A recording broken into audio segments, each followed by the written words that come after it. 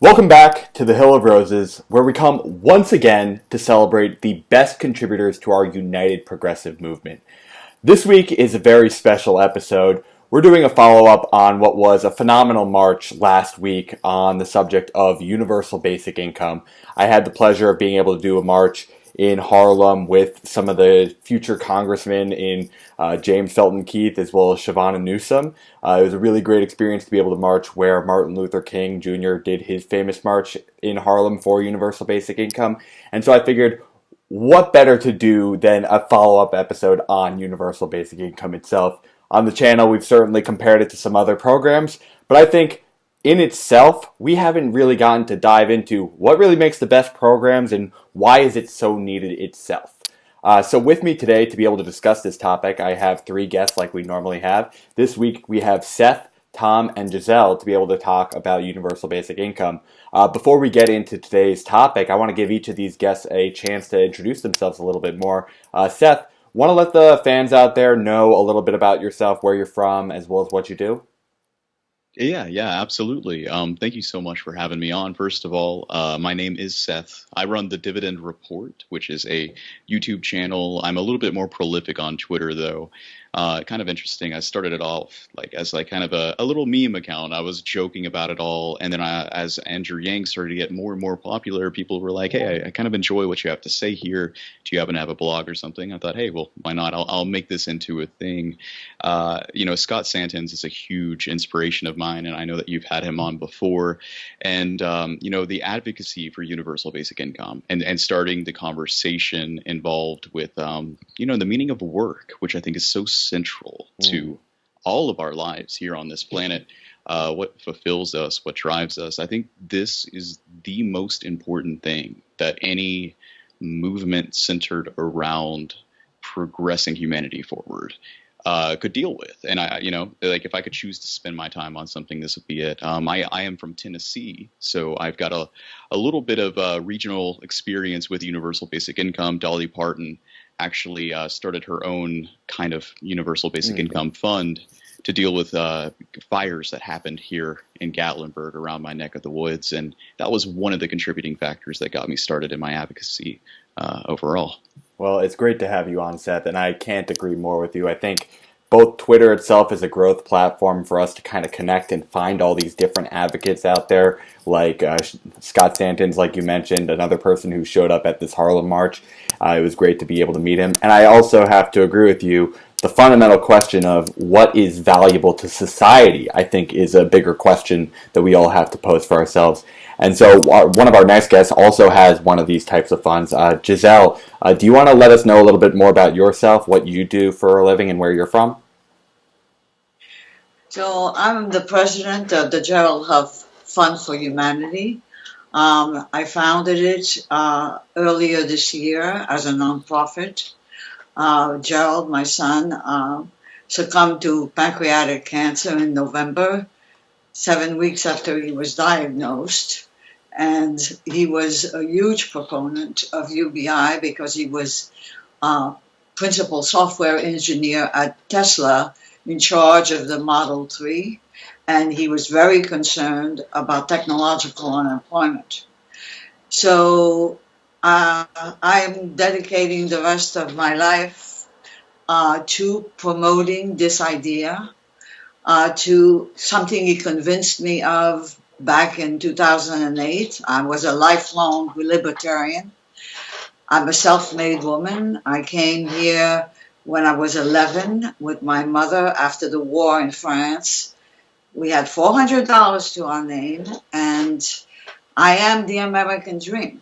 But the American dream of the last century is dead.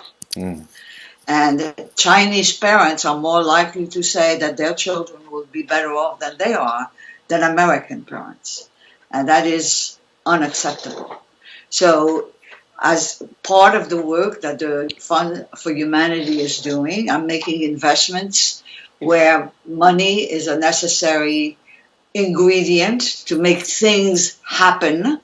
I sponsored the New York City March, as well as the one in San Francisco. When I say I sponsored, I mean I paid for it. So, everything, anything you want to do, you have to mobilize people and then you have to grease the wheels. That is the way the world works. Well, I am so proud to be able to have you on today, Gisele. Thank you so much for the funding of those events. I think they were very meaningful, and I sympathize for the outcome for your son. My own grandfather died of pancreatic cancer, so I'm so sorry for your loss, and thank you for using the opportunity of his life to really celebrate a noble cause. And now the last guest I have on is Tom. Tom, want to let us know a little bit about yourself, where you're from, as well as what you do for a living? Well, hi, I'm Tom. Yeah, that is my name. You got it correct. I'm from the UK, which is probably the only thing that's interesting about me. I don't have any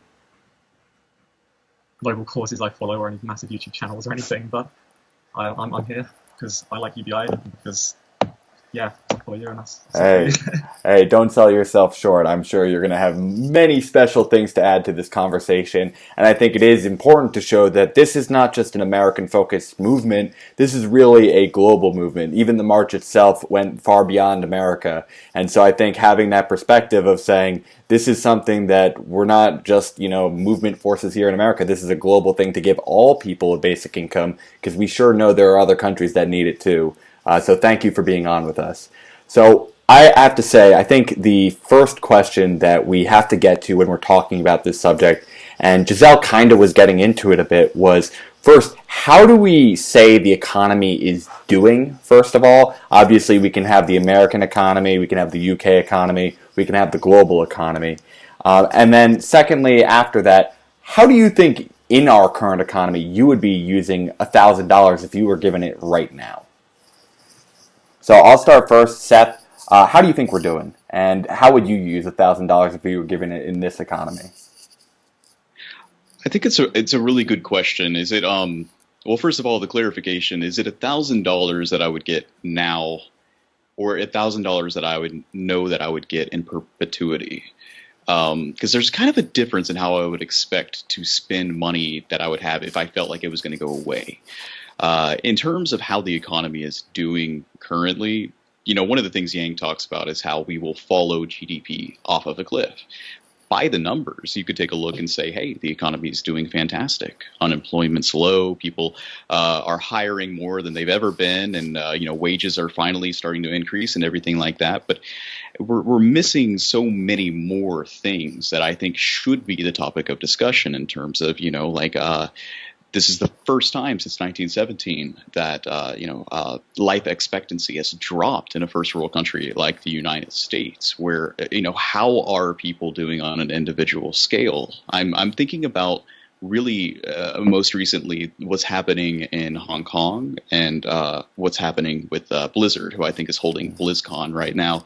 Video game developer known for especially World of Warcraft, where they happened to kind of stamp down on someone who was making a comment during a tournament that they were hosting.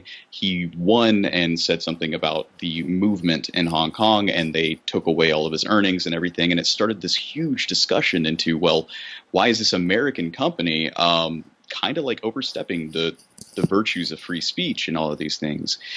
What I constantly talk about is how we can expect a consumer economy to reach this inflection point where if people don't have enough money to spend on goods and services, then everything's going to just fall apart. But part of the problem, I think, with globalization is that Americans don't have to be the consumers. You suddenly have a much bigger and broader consumer base worldwide that you can you're more incentivized to try and cater towards a much larger and bigger consumer economy. So when we ask the question, how is the economy doing, it feels like that shouldn't be the question that's asked anymore, because the economy can do great, but the individual and the overall beliefs and tenets that we hold so dear can be at huge risk. But anyways, as for the question of what would I do with $1,000, if I knew that I was only getting it this 1 month, I would immediately try to see how I could maximize that for my gain in the next month. I spend most of my time trying to do my own kind of YouTube channel, so I would probably purchase a new microphone, try and increase the quality of my setup and everything. But if I knew that I would get it in perpetuity, then I would actually pay off some outstanding bills. I would be a little bit more strategic in how I chose to spend that cash to maximize every month's amount. I've thought about this a little bit. First, I would obviously pay rent. I would pay utilities and bills, and we're talking about $550.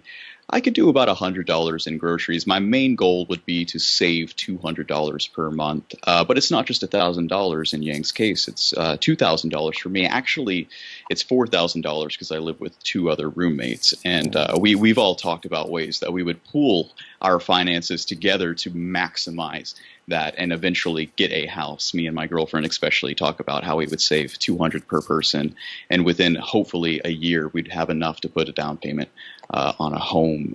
There's so many things I can't even answer the question. I'll go on too long. Yeah, no, I think you brought up a lot of different interesting points. First, the dynamic of getting a one-time handout versus a perpetuity. I think one of the underrated parts about universal basic income, as we'll kind of get into, is the whole security aspect of mine, knowing it's not just once that you're being given something, you're going to have it at the start of every month going forward. So I think that's really interesting. And then I think the other part is really, what does doing well mean? So I think there's a fundamental question of, when we say the economy is doing well or not, certain times we say, yeah, these metrics are doing well, but these other ones aren't. So it's really just prioritization of what the economy means.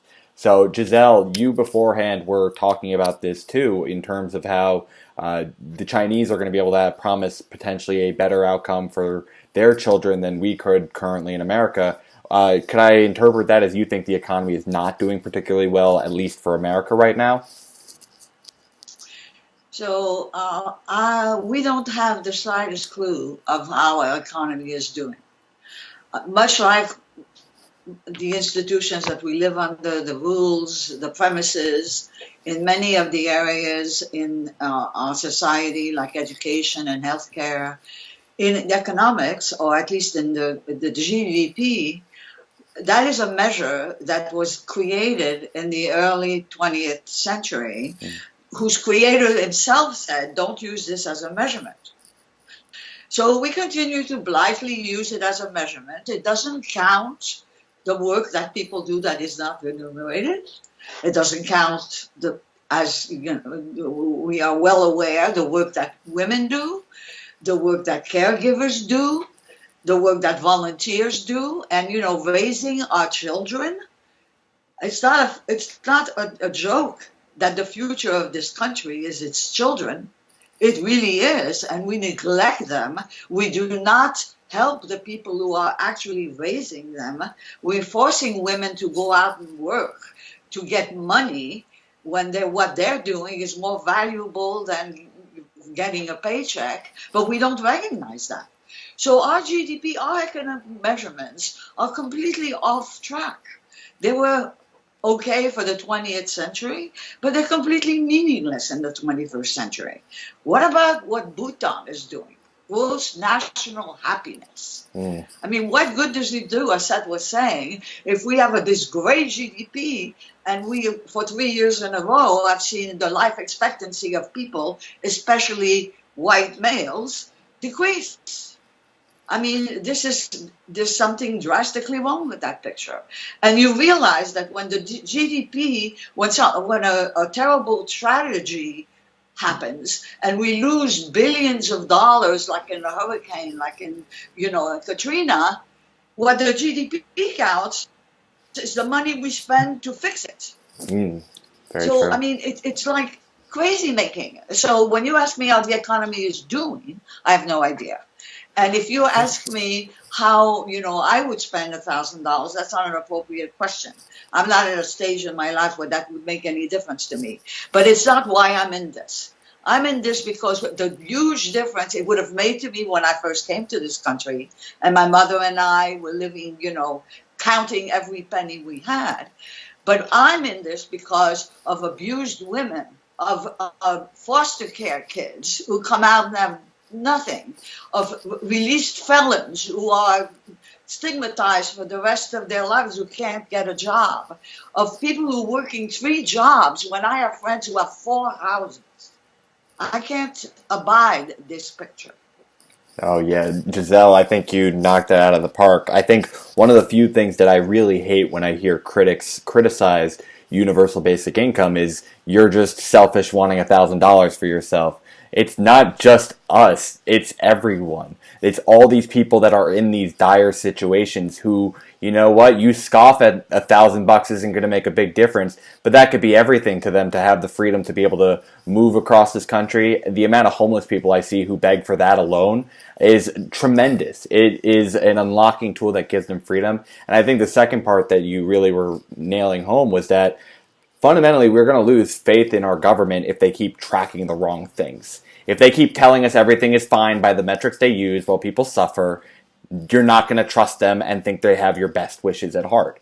And so I think you're absolutely right in almost the statement of saying, I don't know how the economy is doing. I know people are suffering, but I don't know how the economy is doing. So we kind of have to redefine what the economy really means. And so I'm curious, Tom, do you kind of echo that sentiment of not entirely having a clear picture of what the economy really means? And secondly, how do you think you would use $1,000 in our current economy? Well, yeah, I'd certainly agree with what's been said so far, generally. I mean, I think the way I look at it certainly is you look at the fundamental question of economics is that once you're infinite, resources are scarce, and how do you best allocate these resources to get, so everybody's happy and everybody's safe and doing well and doing fine and things. And clearly, the economy isn't doing this. And clearly, we need to do a better job of making that happen around the world, wherever we are. Poverty is, to me, the ultimate bane of capitalism as we know it at the moment. Not that I personally think socialism is a better option, but that's where UBI comes in to me, because it builds that flaw that certainly makes it work. But I do agree certainly that it's difficult to measure how the economy is doing in many ways, because when you're allocating these resources, what is the outcome? We don't know exactly what everybody's doing with all of their money and what everybody's got and what's being produced and what's not being produced in every situation. Economics is a very specific science. You can never know exactly how things are going. And so it's always this kind of broad idea of, are we doing well, are we doing not? Well, is the individual able to survive? Is the individual able to live? That is where I think fundamentally we need to look at things. In terms of what I would do with $1,000 a month, about £850 in the UK. Yeah. Well, with an individual payment, because of course I think it's very important to discern between individual and of course repeat payment. With individual payment, I would spend that all on musical instruments. I do a lot of music, so I would love to get some interesting, Chinese or Japanese instruments and things. I've got an Ahu in the post at the moment. But with a repeat payment, I would set aside some for my future. I mean, I'm still financially dependent on my parents. I'm still at school and things. So for me, it's just a great thing. If I knew I was getting $1,000 a month as soon as I turned 18, then I would save it up for university. I would save it up to potentially start a business, invest in stocks, just learn how to invest in stocks, understand the financial markets. I mean, I don't have any kind of financial training at all. School has never taught me any of that. So it's, $1,000 a month or £850, which is so much. Yeah, I think you're absolutely spot on. I think it almost gives the aspiration to dream and actually think about, how do I use this? It's not like you're working paycheck to paycheck just trying to get through the week. You have to work and then get it. You're like, okay, this is a fixed $1,000. It's not going anywhere. It's not I worked extra hours this week or overtime, or I am going to lose my job potentially or need to shift work. It's always there for you. So you kind of have to think, oh, well, I'm going to have to use this at some point, better plan it. So I think that's a really big thing too. And then the second thing, I really think universal basic income has this really broad appeal because we could have guests like Gisele who identify more as like a libertarian. You can have guests like myself. I'm more of like a social democrat towards that side. And you could say it's not just capitalist, it's not just like socialist either. It's really kind of fusing all these ideas because fundamentally it's both, okay, we're socializing the floor, we're going to create this for everyone, but we're not saying you can't compete on top of this and choose how you use your resources for yourself. And so I think that's a really beautiful thing in that it does help bring people together for a single type of proposal. And that's why Yang has been a very special case in being able to do that as well. So I think before I want to go and move on to the question, I wanted to just make sure I gave each person the chance to respond to the second part that I wanted to get to after, which was if instead you got per month, not just $1,000 in this economy, what do you think that is going to help bring to people? Like, as we said, we're going to plan out certain portions to save. Do you think that's going to be applied like across the board? Do you have that trust in other people to use it in a similar manner responsibly like you are? Seth, what do you think on that? So that's a really good question. But before I answer really quick, there were like some things that I wanted to also go off of what Gisele said. She had some things as well that she talked about that made me want to ask questions, such as she talked about how $400 was what they had when they came here. Mm-hmm. And how might things have changed did she not have that $400, right? Yang has said before, like, you can't play a game of Monopoly if you don't collect $200 when you pass go. I mean, you can play the game, but it's going to end really quickly, right, when someone just gets all the money. But, maybe if we could talk about that question and one other after this, that would be great. But in terms of, like, what would I do every single month, and do I think that would translate broadly across the socioeconomic spectrum? One of my most cited kind of articles that I like to go to, which was, I believe, written by Scott Santens, it may not have been, I need to check that, it talks about how UBI would increase our social cohesion. And it brings up all of the case studies in mostly third world countries, I think actually entirely third world countries, of how when given a unconditional cash transfer, communities would typically pull it together to make collective decisions. One of the criticisms that I continue to see being placed towards the universal basic income is that this doesn't do anything to change the fundamental issue of, collective bargaining and these, what more socialist type ideologies like to really center their focus on. However, when you see the ways in which people actually do use this income, like I said, I mean, it's not just $1,000 for me. It's $4,000 for me.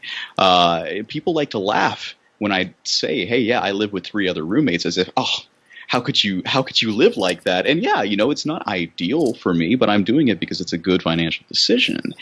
And it would be a great financial decision to use the $4,000 every single month to maximize some type of, I can't even begin to imagine what we could do on top. That's just bare bones too. That's before any 4 of us would be working at all. I also like to bring up what's been studied and looked at in Latino communities of community pots, basically, where you get 20 people that come together that all agree to put $200 per week into this fund, and then it goes from like a hierarchy based, however they decide, where the first lump sum is paid out to this person, and then it goes to this person, and then it goes to this person, and then some of that amount is also put aside in case of emergency. So if that family, if their son comes down with a sickness, boom, they have an emergency fund that's already provided to them. And this is already outside of some type of UBI system, right? You can imagine the ways in which communities would use a universal basic income to supercharge and propel that type of collective financial bargaining, which fulfills so much of the ideas that more socialist-leaning ideologies like to go to. So I don't think it's going to happen in every case. Like, don't get me wrong. That there are absolutely some individuals out there who will not make good decisions, but they are in the extreme minority of cases. And even then, I think that the difference in, say I were to approach you, the viewer right now, on the street as a homeless person and say, hey, I need $1,000, and I'm going to have some kind of story probably to justify what I'm asking of you. And it's up to you at that point to decide whether or not you have enough care and belief in what I've told you to give me that money. Let's say that I approach you after the implementation of a universal basic income of $1,000 per month, and I say, listen, I need some cash. You're going to immediately know one thing about me, and that is I got $1,000 this month. What day of the month is it, right? You're not left with no knowledge about me anymore. There is one piece of knowledge that you have, and I think that dramatically changes the interaction that you would suddenly have with another person who is in need of help.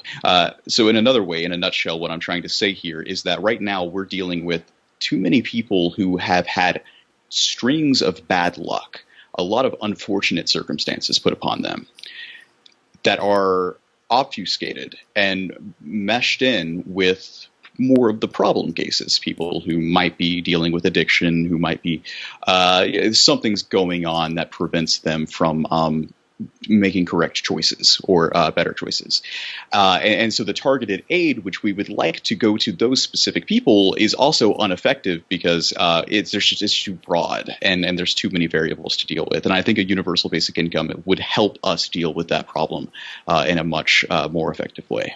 Yeah, I think it's a very interesting point in how we interact with each other with that knowledge that everyone else is going to have it. And I also think you made a very interesting point in saying that this is both a policy that can enable individualism. It can give you the power of whether or not you want to make a choice for yourself, have that financial independence.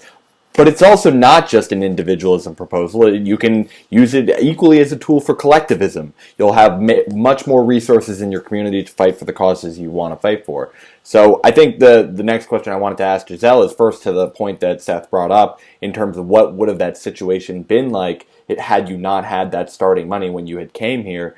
And then the second point is we can say there's the bad choices from the individuals who receive it. But do you think there's going to be equally a problem from like the people who are fixing prices? Do you think that's a problem that we're going to also have to grapple with? Is everyone now knows that we all have $1,000 a month, so are they going to do something because of that as a corporation or as an individual landlord, for example? Well, I just spent 3 days with Scott Sentence in Colorado Springs at the annual meeting of the State Policy Network, which is a group of, there were 1,300 people there, of libertarian free market think tanks and the people who support them. And we had a booth and people came and talked to us, and I was privileged to hear Scott, because, you know, I mean, I'm not an expert at this whatsoever. To hear him explain, give answers to people who are very challenging and very smart. Mm-hmm. These are all, you know, policy wonks. So they knew how to ask questions and they knew how to probe deeper. And Scott's answer to the problem of inflation, or the possible problem of inflation, is, first of all, you get the money on a monthly basis. It's not like, you know, the earned income tax credit that you get at the end of the year, and everybody all of a sudden has $10,000, and everybody knows that. And so in those cases, Scott makes clear, the merchants or the people in the communities where this is happening to take down their prices because they want to compete for that money. Mm. And if everybody was getting this amount of money every month, it would just even out. I mean, there would be no incentive to do that because everybody would be in the same boat. So the competition would still be alive and well. People would still be trying to get your dollars. The fact that they knew you had it wouldn't change anything. And also that money is not additional money, right? It's money that's being circulated into. It's not printed money. It's not more money that's being printed. It's money that's being diverted from other things or extracted from things that we don't count today. Like, you know, your data is worth something. It's worth making Zuckerberg and Sergey and, you know, all of the people in Silicon Valley very, very, very, very, there aren't enough very's rich. But it doesn't come back to you, and every time you click, you're making them richer. So there is a way, the wealth of nation, when Adam Smith was talking about how you make nations wealthy, not the king sitting on his pile of gold, but having the money circulate. There's no better circulatory measure than UBI, because it goes directly to the person with no conditions, with no preconceived notions of what they need, and they get to spend it in their community.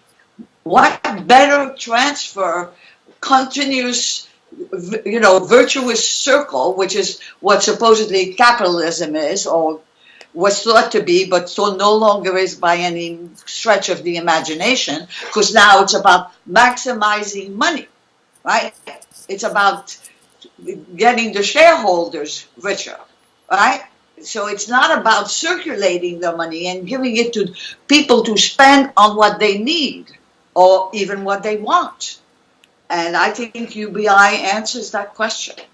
Yeah, no, I think that's a great point. I think, first of all, it is the most effective policy to be able to circulate money. That's directly what it does every single month. And I think the term virtuous cycle is so important in this case, too, because I don't know anybody in debt here, but basically, once you're in debt, you're going to constantly have to pay more money in the long run because of the interest on that debt, which just adds up over time because you already didn't have the money in the first place. So it's a really big problem, and this does the exact opposite. Now that you have money to use, you can invest it more regularly, as I think both people who kind of gave me the breakdown of their budgets, if they received it monthly, they're saving for something. And so over time, you're going to have that compounding interest on that instead. And so I think that's a great part about it too. And I think also to your point of comparing like the earned income tax credit being like once a year compared to UBI monthly and it balancing out, I think another beauty of at least the way the freedom dividend has been designed is that because of its opt-in, people are going to have potentially variable enrollment dates. And so it's going to be a lot harder for someone to predict when you're going to actually have your monthly $1,000 received to try and inflate you. You're going to have this money to be able to use, but there's not going to be perfect market information on when you received your money, which I just think is a great way in which it's designed. So I'm curious, Tom, you kind of gave me that breakdown beforehand of $1,000 a month, but I wanted to hear if you had any thoughts in terms of the arguments that some of these critics are using in that, yeah, you get to use this money as you see fit, but now they might try and take more of a price from you. Do you think that's a fair argument that they're using in terms of inflation? Well, I don't think that UBI will cause inflation by any stretch of the imagination, and particularly because of competition is my kind of key reason why. And it's why I'd suggest not kind of edging UBI in, but rather just going straight in with it. Because if you kind of bring it in slowly, then they can raise their prices. They have got the time to do that and to allow it to go. Whereas if you just straight in, then they can't. Because they have to compete like in the moment. They can't wait around for that to happen. They've got to compete in the moment as soon as you get given it. Because of course, like as soon as one firm in a competitive market that isn't a monopoly, as soon as one firm raises their prices and then another firm has it lower, then everybody's going to shift to that other firm. As long as they're providing the same kind of good or the same quality of product, then you're never going to bother going to the more expensive place. That's rule 101 of economics. And so I don't view UBI as causing inflation for that reason mainly. Yeah, no, I can certainly understand that. I think some of the like counter arguments they use is that like there's not perfect information. A lot of the industries we have do have kind of monopoly power. So I think it is something that separate regulation should be addressing anyway, which I think is kind of something that's really lost on a lot of critics. Like, yes, this is a very powerful tool, but it's not like everything. There are still like things government needs to regulate and do still in certain capacities. So I'd be kind of curious. I had originally come up with a question, not knowing if I was going to get some against, some for in this panel. Where are you just for a universal basic income? But now, since clearly everyone here is for a universal basic income, I'd be more curious to know, why do you think the people that are against it, where do you think they're going wrong in their logic most frequently? Do you have any ideas on that? Tom, do you think there's just some common misconceptions that really need to be dismissed quickly? I don't know.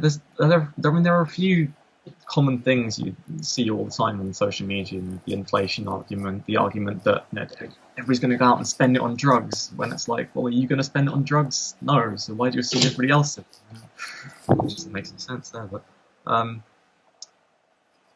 don't really see a particularly kind of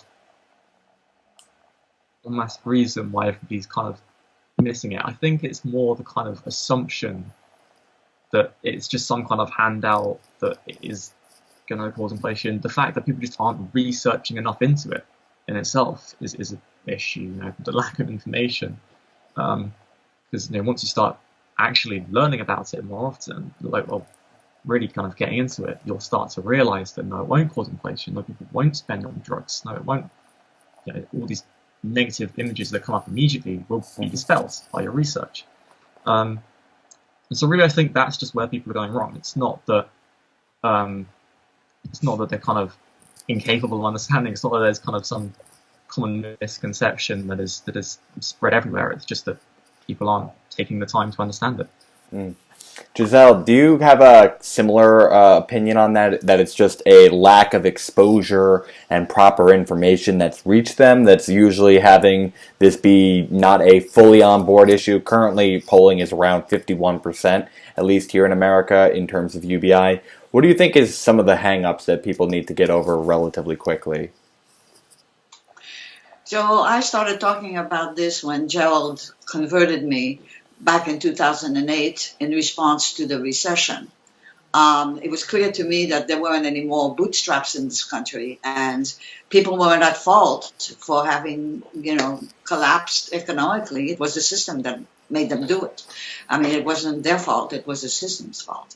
And I started in my day job, or what I've been doing for 21 years, is education reform or transforming education. And I've gone to any number of conferences, and when I was first introduced to this topic, I would talk to people about it. And I have the same reactions then as I do now, but they're more sophisticated now. I mean, more people, they didn't know what I was talking about, so I had to explain first of all. But the first thing I said, was totally everyone understood, was the robots are coming. When I said the robots are coming, there wasn't one person who argued with me, not about the timing, but for sure they knew the robots were coming. But the three objections that I continue to get from people, and the first one is how we're going to pay for it. Well, I mean, there are many different ways to pay for it, and we can pay for wars, for trillions of dollars worth of money on wars. It's just a matter of political will. Yeah. It's not a matter that we don't have money. We print. Money isn't money anymore. It's just digital, right? There is no money. 8% of money is actual cash that people carry in their pocket. The rest of it is all digits. So money, that's an easy one to get. The second, which is harder, is, well, people are going to stop working and they're going to get lazy and they're going to watch TV all day, and that. First of all, then ask them, would you stop working if you were getting $1,000 a month? The other thing you say to them is, you would be getting $1,000 a month too. What would you do with it? Never mind those lazy people who are going to stop working. Yeah. What would you do with $1,000? It's everybody gets it, right? Which is the key thing about the universalism of this. We got Social Security passed because a doctor in California by the name of Dr. Townsend, in 1932, I think, before it passed, started like clubs that eventually got 2 million people involved, all writing to their congresspeople demanding support for old people. And finally, and they wanted a lot more than and no contribution. So they eventually, the legislators eventually absorbed this and made it into Social Security. But it was a grassroots movement who got the idea out. But the most difficult question to answer, especially in the places I'm people I know, is the third question, which is, what about the dignity of work? Mm. We are what we do now. We have been since the caves. It's what got us out of the caves and to the Industrial Revolution and where we are now, where, less people die of hunger and all of the things we know globally. But it had also created a whole thing about wanting rather than needing. Mm. And if we keep wanting and the way we have been, we're going to kill this planet. I mean, think about 9 billion people all driving cars. Yeah. It boggles the mind, right? So part of the beauty of UBI is to address the dignity of work question, which is really to say we have to divorce who we are from what we do. Mm. Who we are human beings, and we have to find our way through the human experience, regardless of what we do, and listen to this phrase, to earn a living. Earn a living. You're born, you're a human being, and you have to earn it.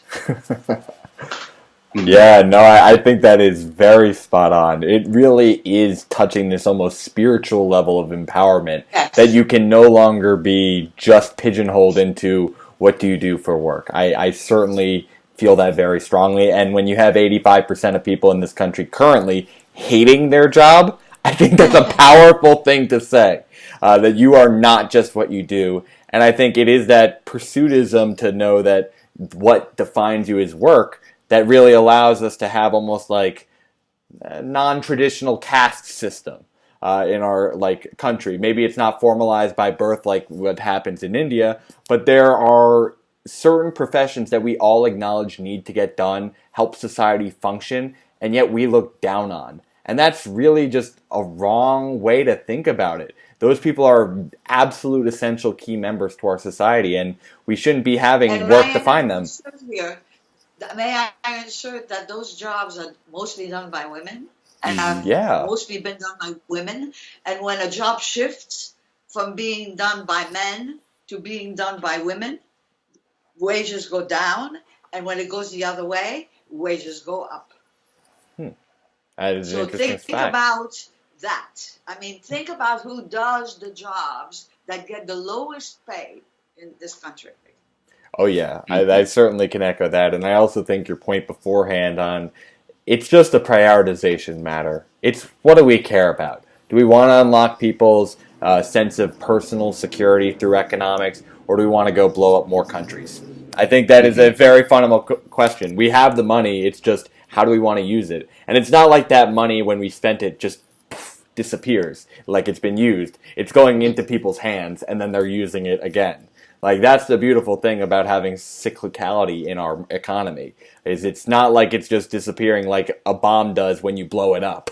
It's having more useful effects down the line. But Seth, I wanted to hear, have you heard some other questions that frequently are coming up for you that you think we should really stop having the conversations on those and people just got to go do their research?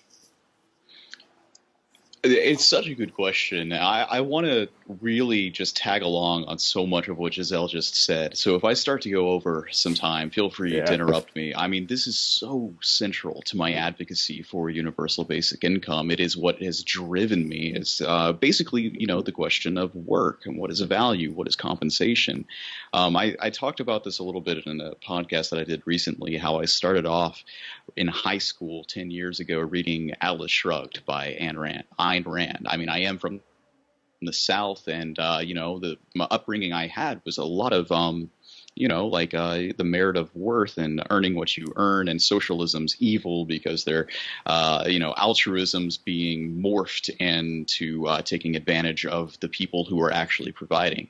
And, it was this general progression of how I, saw the world after reading that book, where I saw what I try and describe it as is like a psychological blind spot that is being perpetuated in how we deal with society. So, for instance, just to take a small sidetrack here, I want to say how much it means to me that Gisele's son, Gerald, really gave so much of his life to the cause of universal basic income. And I remember hearing about him in the podcast done by the Basic Income Podcast, which I would recommend anyone here listening to go and check out.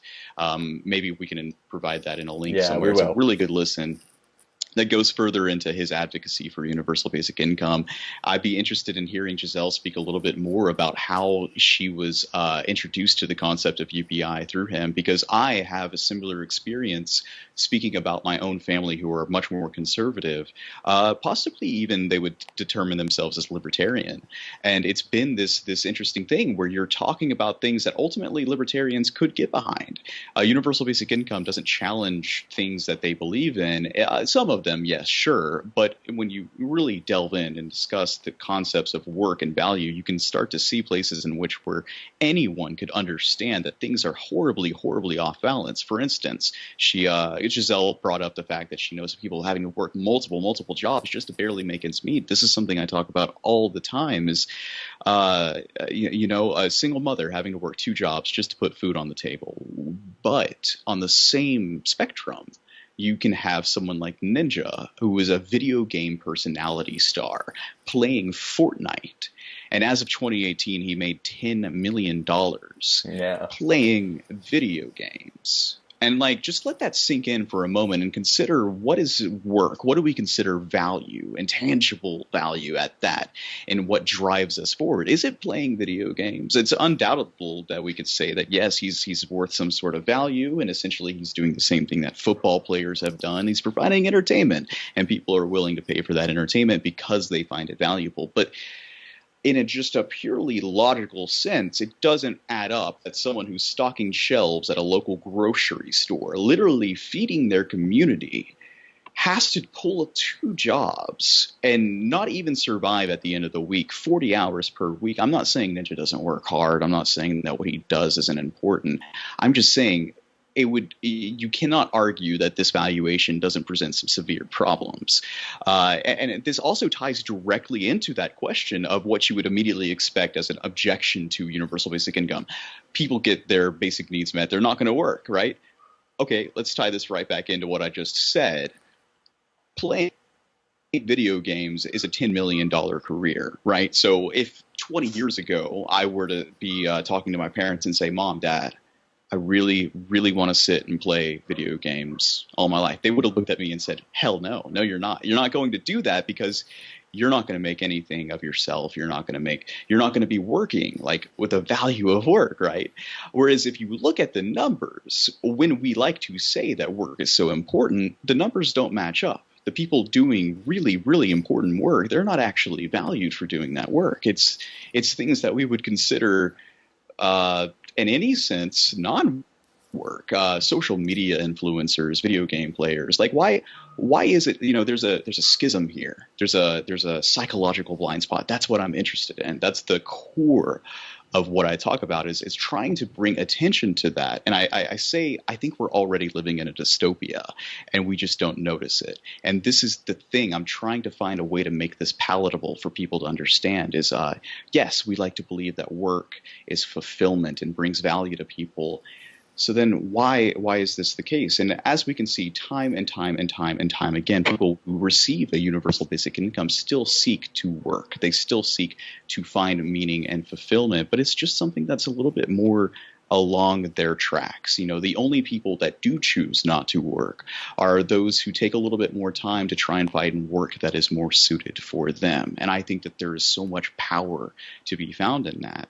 I can agree that that's the first objection that you would expect, but in my experience, though, the main objection to a universal basic income has been more from more left-leaning individuals who seem to think that it's just not compatible with the issues they see in capitalism. And this is essentially, especially more so, when Gisele was talking about how this was around 2008 that she was coming into the perception that, there's something inherently wrong with the system that's causing these issues. It's not bootstraps. There's no lack of bootstraps. They're all out there. The system's inherently flawed. Well, that's being taken and turned up to 11 by this crowd who are saying that, the system uses poverty as a resource to sustain itself. And ultimately, I can agree with that to some degree. The poor are preyed upon, and they drive our economy in many ways. Like I said, single mother working 2 jobs, providing this very, very important work. She's being preyed upon. She's not getting a fair shake. However, the fact that they seem to completely disregard the idea that this could ever be changed in a way that doesn't change the fundamental aspects of ownership and individual ability to interact and express themselves in the market is pretty problematic, in my opinion. And I see this more and more often. I think we'll talk about this more in depth, so I'll just briefly talk about it, and we'll skip on there with the federal jobs guarantee of how work is so important that we have to use work and then take it and mold it into the vision that we know is important.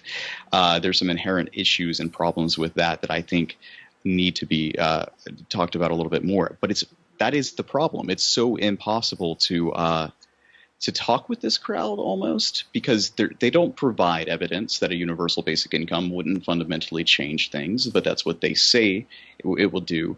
And they just seem to insist that whatever you try to do to make the poor have more cash in their hands, that cash will just be siphoned away by the owners of capital.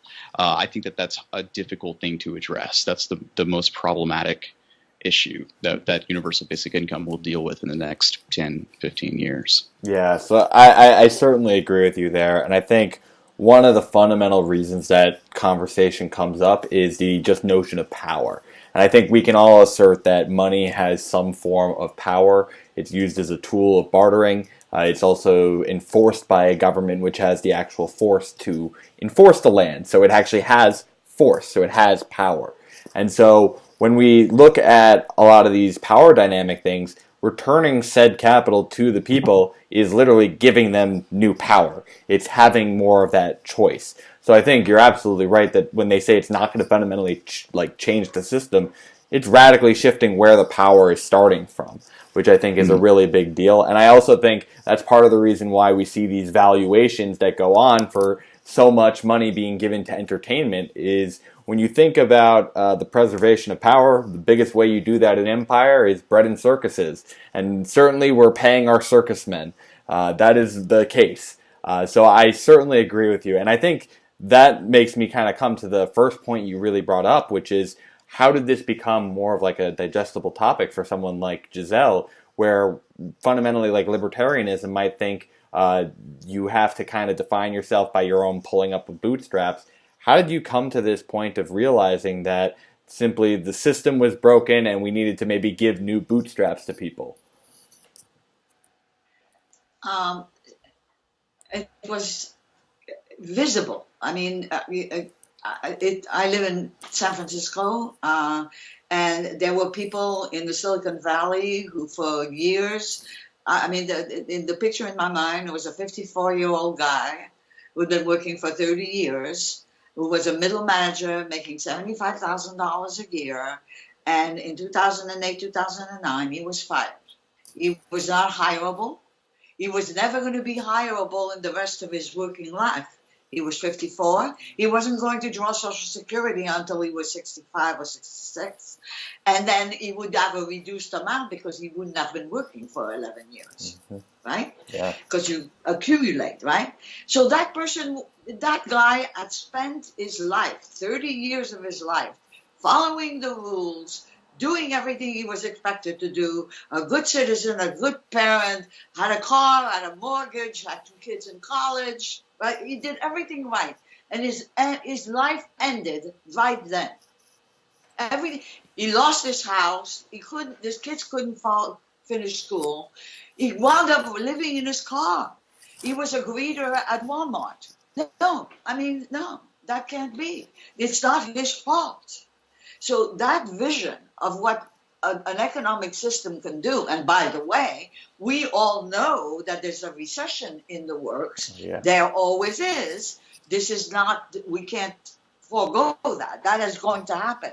But think about a recession when AI is in place. Do you think that people are going to rehire human labor at the end of the recession? No. Everything will be done by robots. I'm using, broad strokes here. But if the beauty, and what Gerald was talking about, what Gerald believed as a technologist was that the potential of technology was unlimited. We could actually come to a place where John Maynard Keynes in 1930 thought that by the 21st century we would be working 15 hours a week, because we wouldn't have to work any harder than that, because the technology would have taken over a lot of the grunt work and the stuff that we needed to do in order to survive up until that time. And Gerald thought that was absolutely true. I mean, he, was working with Peter Diamandis, The Age of Abundance. He got that. But the point was, how are you going to manage the institutions that we are prisoners of in a 20th century paradigm based on a 18th century paradigm, our founding documents? How are we going to get there with the institutions that are mired in the false or the no longer valid premises of previous centuries? That was the key thing. There is no question that if we handle this correctly, we can be just philosophy, what Monk said, philosophers in the evening, painters. I mean, we could do all of the things. And John Adams said the same thing. I want my child to be a philosopher. And those are things that are possible with the way technology is moving, but only if we control it and only if we handle it correctly. Otherwise, it's going to lead to blood on the streets.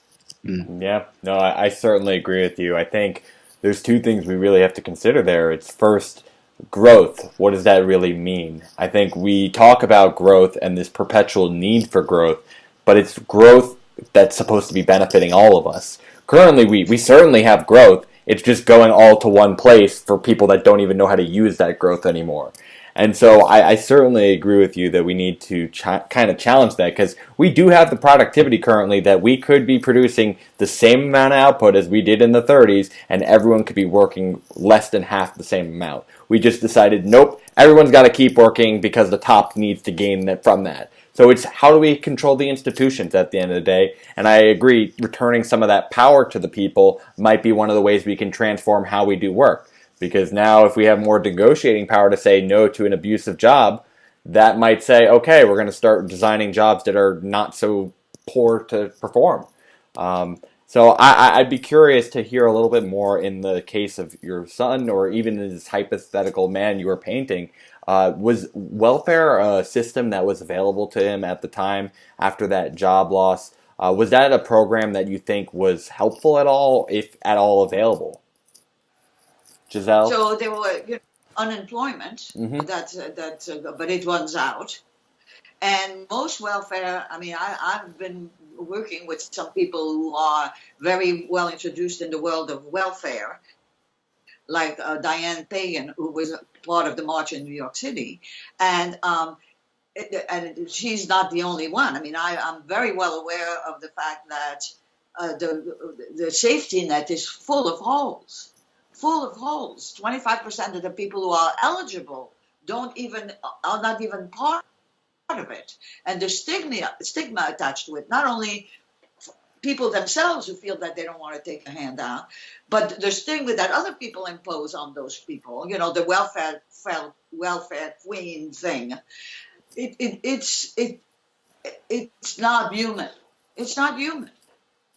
Now, as Seth was saying, there are people who are going to waste money, and there's that we can't. And they're doing it now with the system we have already. I mean, this is not, but if we do not re-examine all of the premises. I've been in education for 21 years. Our education system is so messed up, and you can't have a republic without an educated populace. Mm-hmm. I mean, in California, we have initiatives, okay? I get a booklet this big when it's election time.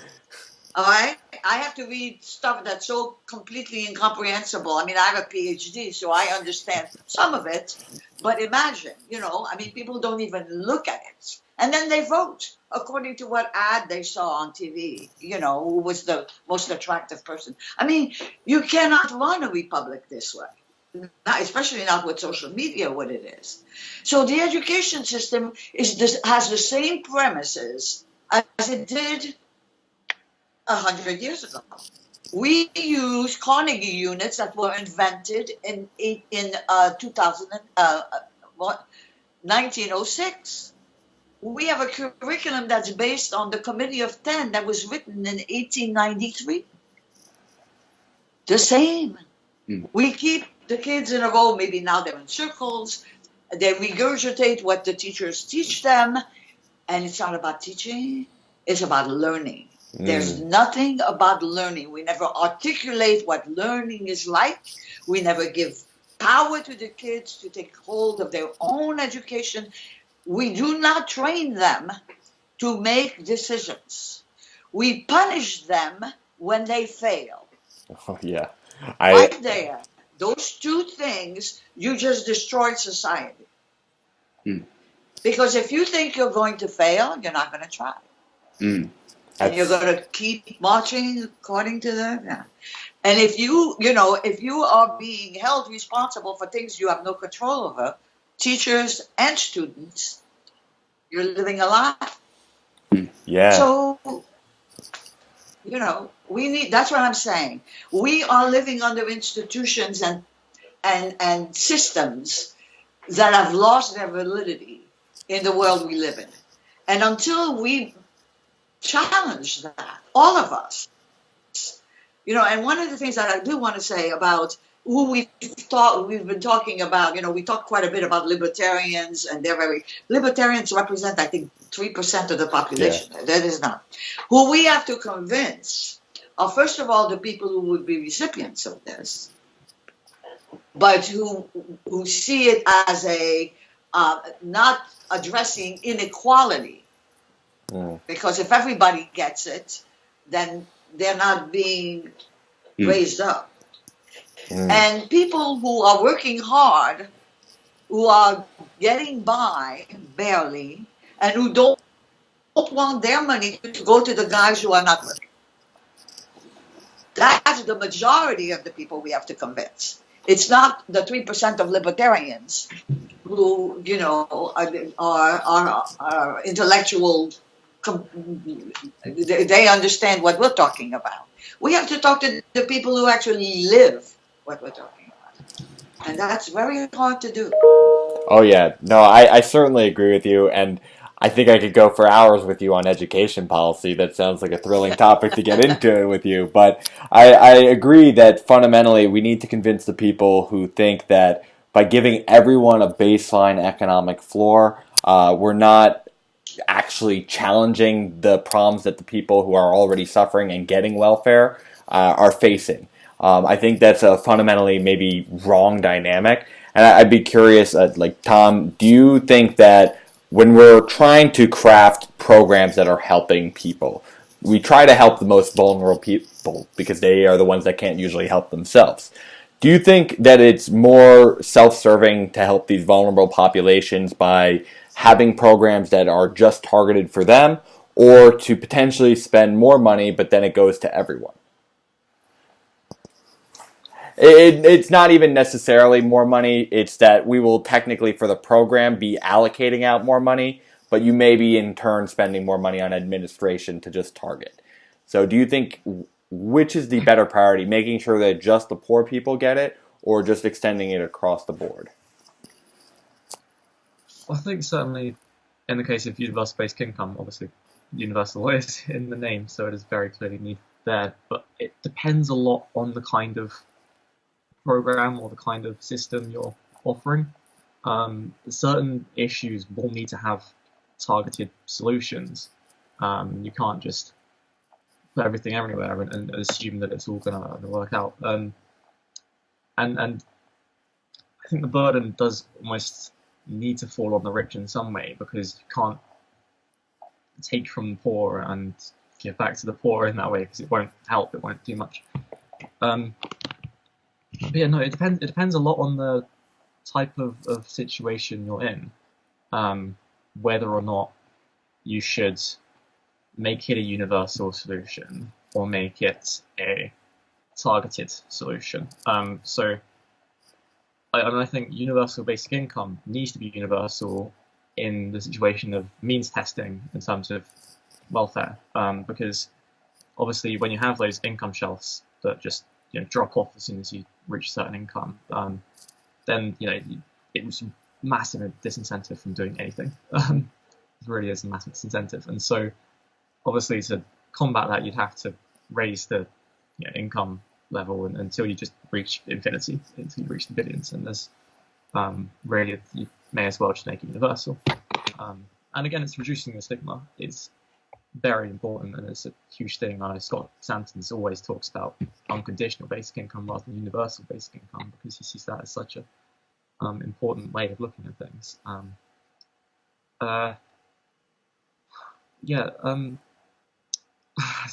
No, I'd be curious to know how you would think about this proposal compared to something that actually happened in the UK with like the universal credit system.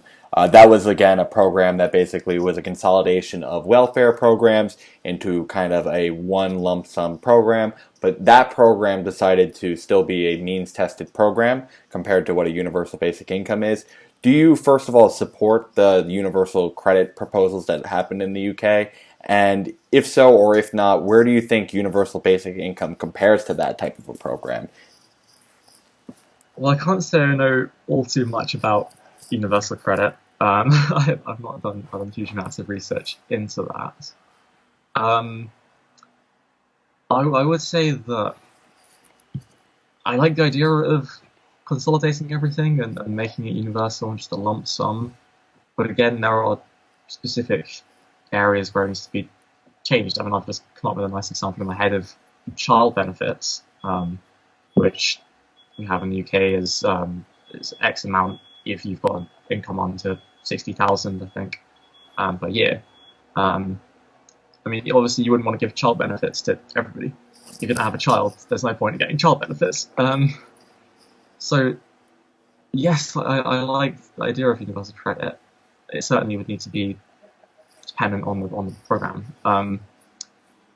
But compared to universal basic income, I would go for universal basic income every time on that, I think. Because yeah, it's not welfare and it's not means tested. I mean, there's the big things to kind of note. You have that massive reduction in stigma. Certainly, it's a big thing, and of course, we almost seem to like forget sometimes that having that extra money helps the people who are above those means tested limits.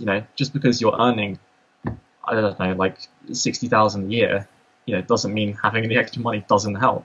And I know certainly, you wouldn't necessarily, if you were earning that much, if you lost your job for 5 months or whatever, you wouldn't get unemployment benefits, because it's just, why would you? It's not worth your effort. It's the stigma attached to it as well. It's like you're getting unemployment benefits, but you're working a good job. Why would you do that? But it's like, why not get the money? It's good. It will help you. It will help you live a happier life. It's really needed in that way. No, I can certainly understand that. I'd be curious. Do you have a similar opinion, Seth? Do you think that it is still a beneficial, even if welfare was consolidated, but that it would be even better if it was simply a universal basic income? It's a really good question. I know personally how the private market is just never going to address some things that people really need. For instance, I know it's someone I'm very close to who is deaf, and the movie theaters would never have provided an option for her to view a movie with subtitles were it left up to the private market, because it's just not enough large enough consumer base to provide that service. So there was something for the disabled Americans. I'm sorry, the ACA, I believe. There part of the criticism of Yang's proposal in that it. I actually kind of view it as a strength, in that if you're already on welfare, that you can't stack with it. I actually think, and this is hard to elucidate, but if we could have people who are not kind of in the special needs, they need above and beyond the basic amount, to then say, yeah, I would much prefer the basic income. Ideally, in a just administration, we would be able to see what's left over as, now let's focus on that, right? We're no longer having to cast such a wide net and miss in the process of doing so, that you would then be able to say, the money that we've saved on the administrative costs from people who are no longer using welfare can now go to strengthen and boost the remaining leftover cases. That's very difficult to kind of, because it's a multi-step process, basically. Many people would say, well, no, we're going to take the savings of that money and use it for some other reason or another. That's the importance of having a strong administration, but it's also the importance of having a unified country. It's also the importance of having a radically changed perception of work and value and dignity and meaning and all of these things. And that's what really drives me in terms of what we have been able to see in places like Alaska, where the individual perception of the UBI changes their thoughts about things. You can have a conservative who would say, no, I don't. I view this through a pragmatic rather than moralistic lens, as, oh, this is utility. This is the $200 you collect when you pass go. This isn't something that is taken from me to give to them. This is something that we all share into. The number one issue I think we face as a country is the fact that we're so divided. And part of what drives me so towards a universal basic income is how it would unify us and then convince people why it's important to do things that the private market might not address. But let's not throw the baby out with the bathwater and completely prevent private ownership of everything. I think, like Yang says, the dichotomy of socialism and capitalism is out of date, given the problems of the Fourth Industrial Revolution. So, the consolidation question of it is a very good one, and it's difficult. I wouldn't be in favor of consolidating everything in one go, because that would leave people behind who need it.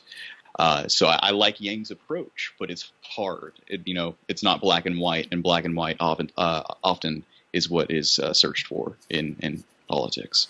Yeah, I certainly agree with you on that point. Sometimes it's very hard for us to get into small sound bites, which is sometimes the problem with this kind of conversation when it comes to more mainstream media, where you're getting these 30-second to 45-second sound bites, which Yang laments frequently. And I think it's very clear that most of the people here on this panel certainly can agree that it is going to only unlock this cultural transformation element and this sense of security and unity if it truly is universal, and it's not just being a thing where, okay, I'm sorry, you're not doing well, you're not able to contribute to society, here's your handout.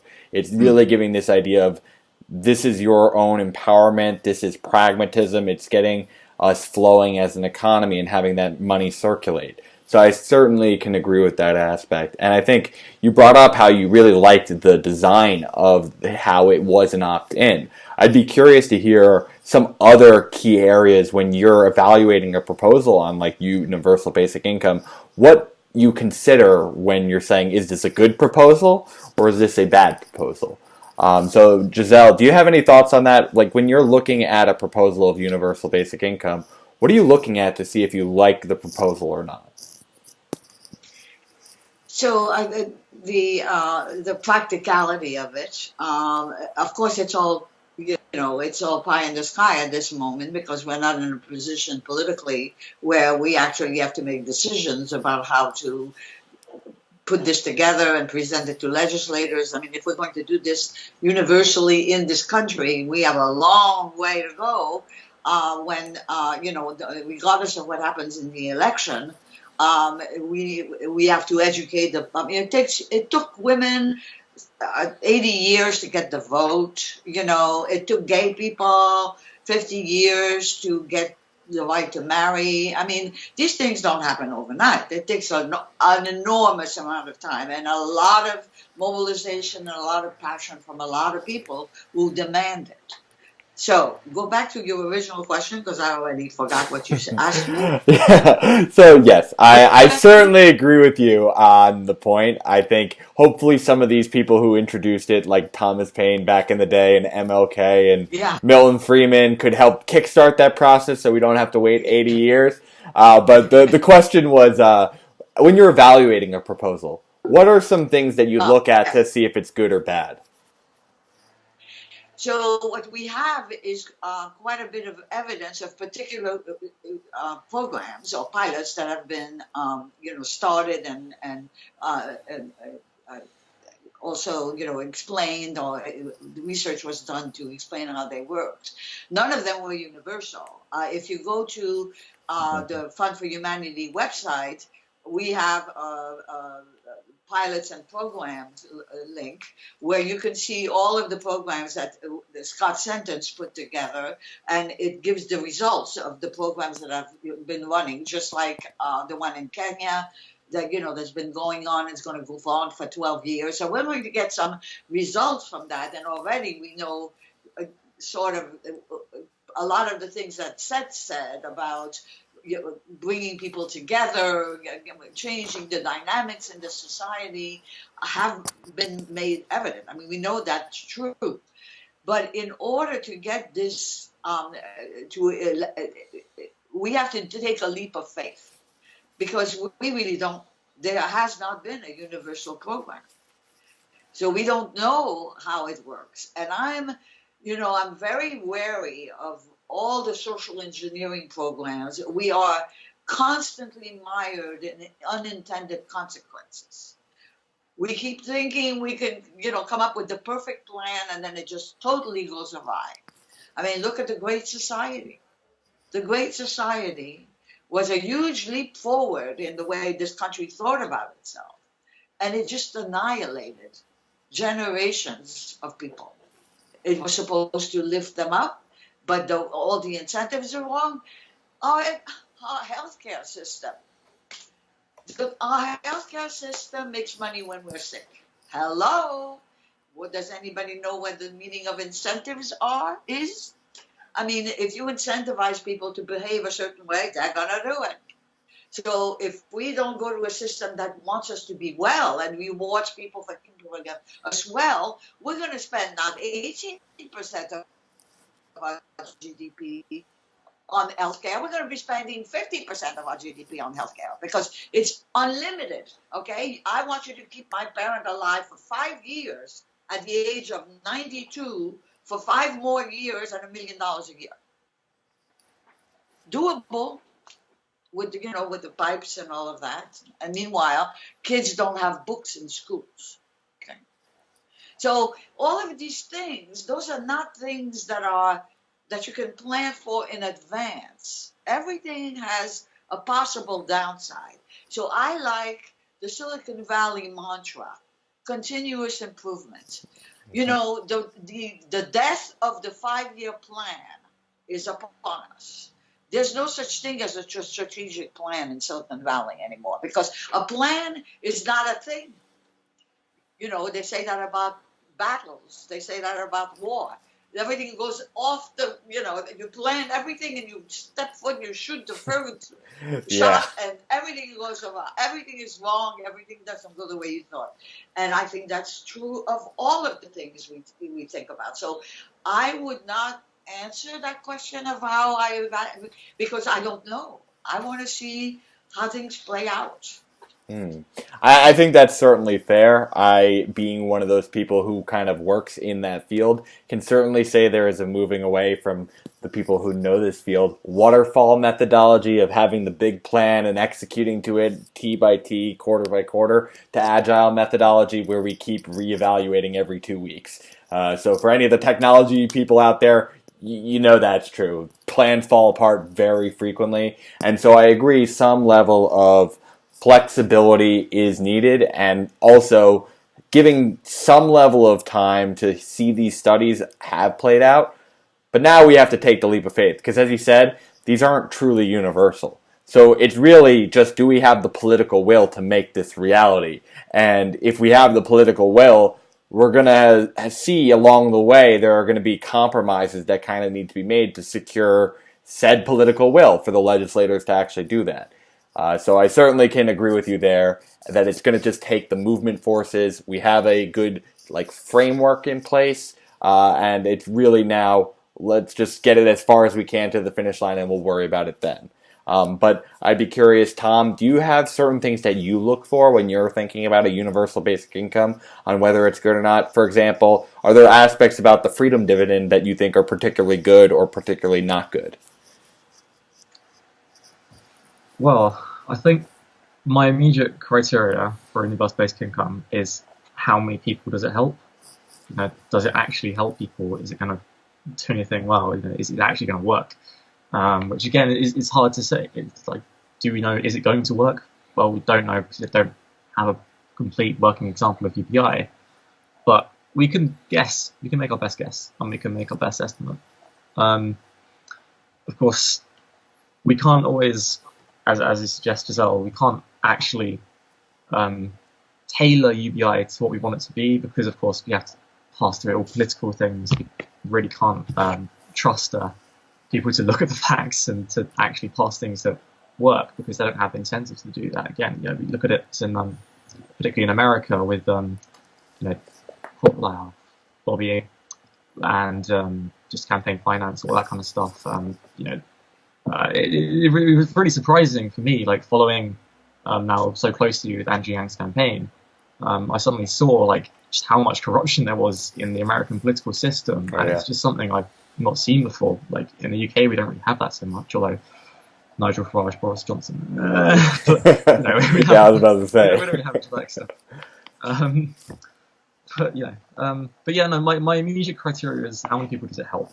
Does it help them a lot? Does it help them a little bit? Can we pay for it? That's very important, because if we can't pay for it, anyway, or we don't have a plan for how to pay for it well, then why are we going ahead with it? Why are we implementing it? We've got to know what we're doing, at least to some extent, before we go in. And then, of course, flexibility is going to be an issue. But I think my biggest criteria is just actually getting it passed. I kind of view UBI as very necessary at the moment. Particularly for me, I should have about 60 years maybe of my life left to live. And within about 30 of those, I expect that there will be an AGI, there will be an ASI, we will have artificial intelligence, automation that can do literally everything humans can do. And if we don't have some form of assistance from the government, presumably, then it's literally a master-slave relationship. There's nothing you can do about that, because the people that have the very first AI, super AI, they will own everything, and there's nothing you can change about that. So, getting it passed is almost the immediate priority for me. Yeah, no, I can certainly understand you there. I think that kind of goes to the flexibility point and the political will point that Gisele was making. And I think to your point on it just working, I think one of the things you had said earlier that I think makes sense is you can't just have it be a program where poor people are giving poor people the money. The funding source actually matters so that it is redistributive. So the actual funding source is actually redistributing wealth is very important too. Seth, are there other factors that you consider when evaluating a universal basic income proposal? For example, are there things in the freedom dividend itself that you think are particularly positive in its design and things that might be more negative? Yeah, I think the core factor to consider here is universality. Because again, I think the biggest issue we have is how divided we are as a country, as a world. Whatever can give us a more similar reference point to view each other as is what's going to be able to be most impactful in how we actually we all want a functioning society. And I Gisele talked about how important or how much she liked Silicon Valley's mantra of continuous improvement.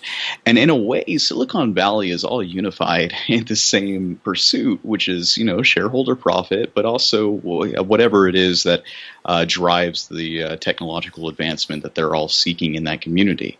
Whereas, you could say, yeah, we all understand that we want continuous improvements, but as long as we live in the perception of scarcity, of a mindset of scarcity, then what you consider to be an improvement, someone else is going to consider to be a disadvantage upon them, and that's problematic, because obviously you can try to spend a lot of time to say, well, no, this policy, this program is good because it's going to lead to X thing, but as long as you have the just divisive nature of our media and it's a very large country. It's an even wider world. There's so many different perceptions that as long as there's room to attack something and put it in the perception that it's going to negatively affect you in some way, and indeed it may, and there might be a negative effect, but broadly the outcome will be positive, right?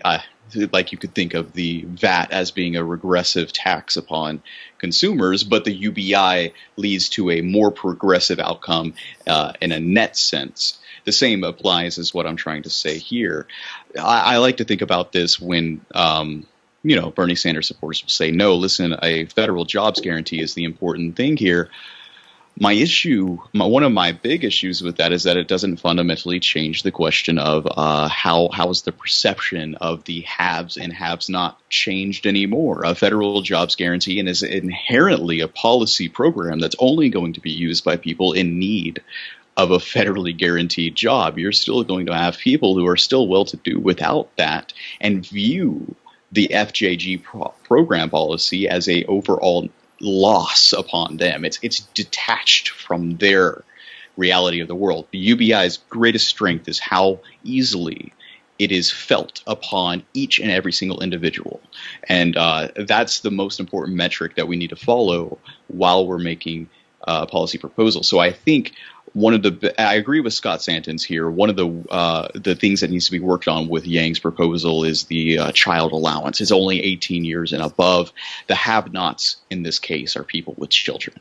I don't think it's so drastic that it changes my overall support for Yang's policy proposal, and I would hope that should Yang's policy be implemented as is, that it would have enough of a unifying quality factor that within a couple of years it would be augmented to expand into those specific scenarios.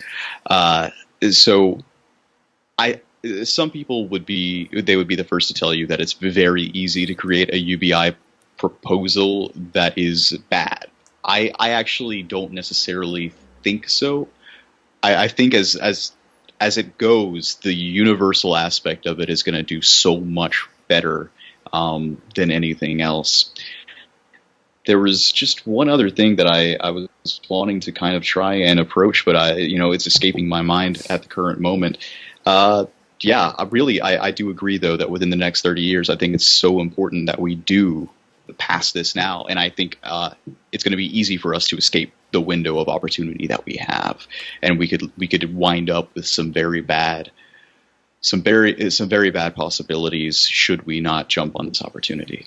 Yeah, no, I think that makes a lot of sense, and I do have to agree with you that the universality of the proposal is one of the most key aspects to it, because I think in so many of these political topics we have, it's really forming in-groups and out-groups. You benefit, I lose. I think this is one of those few proposals where it's very clear to all people, like, yes, we're all receiving it. This is something that we're all prospering from. Even those at the top, there's now more people who can spend money into the economy for the things that you already own and are operating. So I certainly agree with you on that. And I also agree with you in terms of the applicability to the freedom dividend. One of its weaknesses is in its impact on parents with kids. I think that's one of the reasons why I myself am running. One of the things I have is an amendment to the freedom dividend, which is introducing the American Families Act so that we can have some form of a child allowance. So I certainly agree with you there. And I think you brought up a couple programs, which really gets into my next point of some of the programs that critics have been bringing up as potentially a higher priority. I wanted to know if, first of all, you think that they should be enacted, and if so, how do they compare in prioritization in your mind compared to UBI? So I'll start with Gisele on this. So here are some of the proposals that they say that we need to do instead of UBI. let me know if you think we should do them and how they compare in priority for you. So the first is the federal $15 minimum wage. The next is a federal jobs guarantee. The third is expanding Social Security. The fourth is expanding the Earned Income Tax Credit. And the fifth is baby bonds. Do you think those are things that we should be trying to pass? And how do they compare to UBI in your mind for prioritization? Well, since philosophically I see UBI as a completely different thing than just an economic thing. The first four are all based on having a job. Anything that's based on having a job is a non-starter for me. The baby bond is based on being born. That's good. But the fact that it's going to happen in one lump sum when the child reaches a certain age is very bad. You don't want to do that. You don't want to give, especially if that child's been educated in our system, which does not teach, read my lips, does not teach financial management. Not at all. Okay? Not at all. So, giving an 18-year-old or a 20-year-old a lump sum that's supposed to get them started in life when they haven't a clue. If you read Hillbilly Elegy, you know what that looks like when you don't have a clue how to make a decision or what it means to run, a personal financial plan. So I'm in the opposition for the first four because they have to do with a job, and I don't want to talk about jobs. And the fourth because they're not going to work out. Yeah, no, I can understand that. I think we were kind of getting to that point in our first question, which is how you compare receiving $1,000 once versus how you feel if you're getting it for the rest of your whole life. So I think that is a very big distinction between that and baby bonds, and I agree. The other four are very dependent on you working. So how about you, Tom? Do you think that those policies shouldn't be passed? Do you think that they should be passed? And how do they compare priority-wise for you compared to UBI? Well, I'll certainly say that UBI comes at the top of the list. Okay. That is almost, I think, a given in this situation right now for everybody here.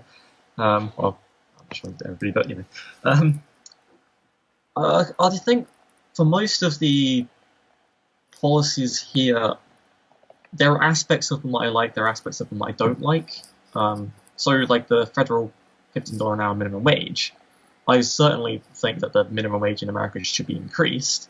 An immediate doubling to 15 is quite the stretch in my eyes. Doubling your labor costs immediately in some businesses could very easily be a problem. And I think there are examples seen where that has been enacted. It's just resulted in people going part-time and employers just giving you less hours and you lose your health care, insurance. Whereas in America, that's the case, of course. Yeah.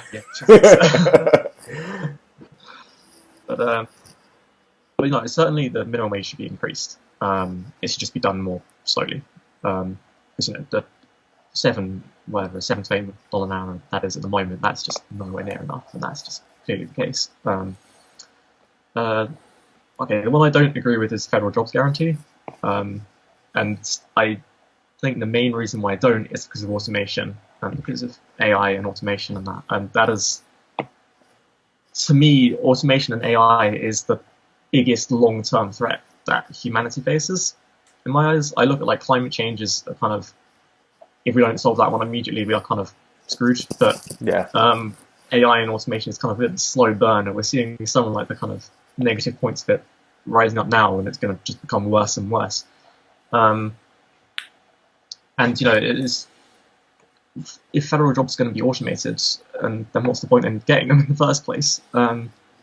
Even the jobs we look at that won't be automated, like caregiving, which is how would you get a robot to do that? Well, we've got quantum computers now. We're going to get AGI probably again within about 30 years maybe, and so we can look at that as being an actual real possibility that care is automated, which sounds crazy, but it's a possibility. Okay, looking at Social Security, expanding that one, I believe I'm right in saying Social Security is for elderly people. Yeah, it's Yeah, the elderly as well as the disabled. I just want to make sure I'm not getting that wrong. Yeah, no, I view that one as being expanded as a good idea again as well, because obviously, you know, I mean, if you've lived a great, happy working life and you've made lots of money, then great, you're going to retire with loads of money, and that's fine. You don't really need, but again, you know, if you haven't, as is becoming much more the case nowadays, that you aren't living a great working life and you're not making loads of money to retire on, you need the money, which is obviously the argument for why it was created in the first place. But it's becoming more prevalent, and UBI is a great way of doing that. UBI is you know, the most immediate way we can get a social security increase straight away. But again, you can almost target certain situations and sort of say that is an area which could need some extra focus. UBI does it very effectively, and with the unconditionality and reduced stigma, perhaps it's a better way than Social Security. But actually, I think that's maybe a strength of Andrew Yang's possibility with the SSDI not like stacking with data and things. You know, you've got various ways you can do it. I'm not an expert on this, so I'm not going to try and bluff my way through it too far. I'll go with baby bonds first of these ones because I think I get it better. I actually quite like the idea in principle of baby bonds. I mean, I know I'd love to have an extra $1,000, you know, about a month ago would have been. But again, yeah, I do certainly understand the problem with education and not getting the financial training you need. I mean, I have no understanding of financial comings and goings, you know. I suddenly noticed, like, as soon as I turned 18, I was like, I don't understand any of this. How am I meant to handle money? I don't get it. Like, I don't even know how to open a bank account. It's ridiculous. Like, you don't understand anything. And so, yeah, it's certainly education obviously needs to be changed. That's just, we'll go with that. I think we all are happy with that. But if it is, then having some sort of starting fund or kind of place that is ahead, I think is quite a nice idea. Although, again, that can be achieved by just expanding UBI down lower. So, again, that's possibly just a better way to do it. And what's the last one? It was tax credits. Only on tax credits. Yeah, I think I agree slightly with Gisele on this one, that it's based on having a job and based on earning an income. And with automation, obviously, that's always going to be a problem.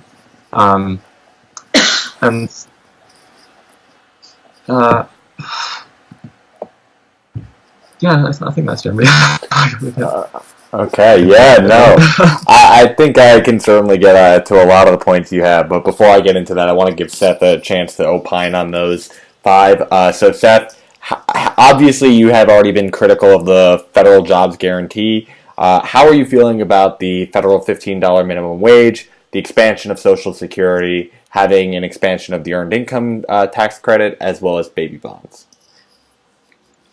So yeah, I agree with so much of what Tom just said, and I really, really love what Gisele said about anything based upon having a job is a non-starter for me, and that puts it perfectly into perspective of how I was kind of talking a little bit earlier about how what it means to me is the definition of work and everything. It's strange. It's almost like this belief in what about people who don't have a job has caused a divisive barrier between me and people who are typically more like pro-union, and these are the leading charges of their advocacy in the world. Is that when it's gotten to the point that every time I hear Bernie speak, it's like I'm for all of these things, but it's not going to affect me. My issue is that I struggle with this a lot. Is I have struggled with finding my place in the labor force. And in fact, I just don't really, I'm not gravitated towards traditional work whatsoever. The Dividend Report, my YouTube channel, is kind of like what I'm trying to do to crowdfund my own universal basic income, if you will. I have a Patreon base of people who are providing some amount every month, and I make up the rest of it in Uber drives and rides. So I spend the rest of my time focusing on the pursuits of knowledge that I can do in my own time. And I like to believe that humans have intrinsic value outside of their status of being a worker, and that the most important thing we can do right now is to acknowledge that. And none of these acknowledge, well, I mean, baby bonds in some way do, acknowledge that you have value outside of your definition as a worker. But that's hard. That's really hard to do. And just how you can see people more leaning right who believe that your value is determined on your output, so too can you see more of the people on the left that don't acknowledge intrinsic value, and they like to think that the safety net addresses that in some perfect manner, which it just doesn't. And that's a typical conversation to have, because anyone who brings up the faults of the safety net typically tend to be more right-leaning. So, that's just so tricky. It's a quagmire that you have to go through. But in terms of $15 an hour minimum wage, well, again, like Tom mentioned, this is also kind of fulfilled by universal basic income. It's effectively an increase in a minimum wage of $6.15 per hour.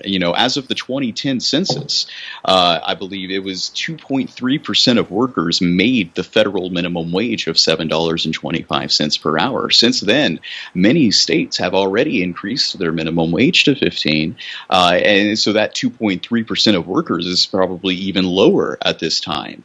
A $6.15 universal basic income, effectively for anyone who's making more than $9 an hour currently, they're going to see much more of a boost in hourly income by Yang's universal basic income.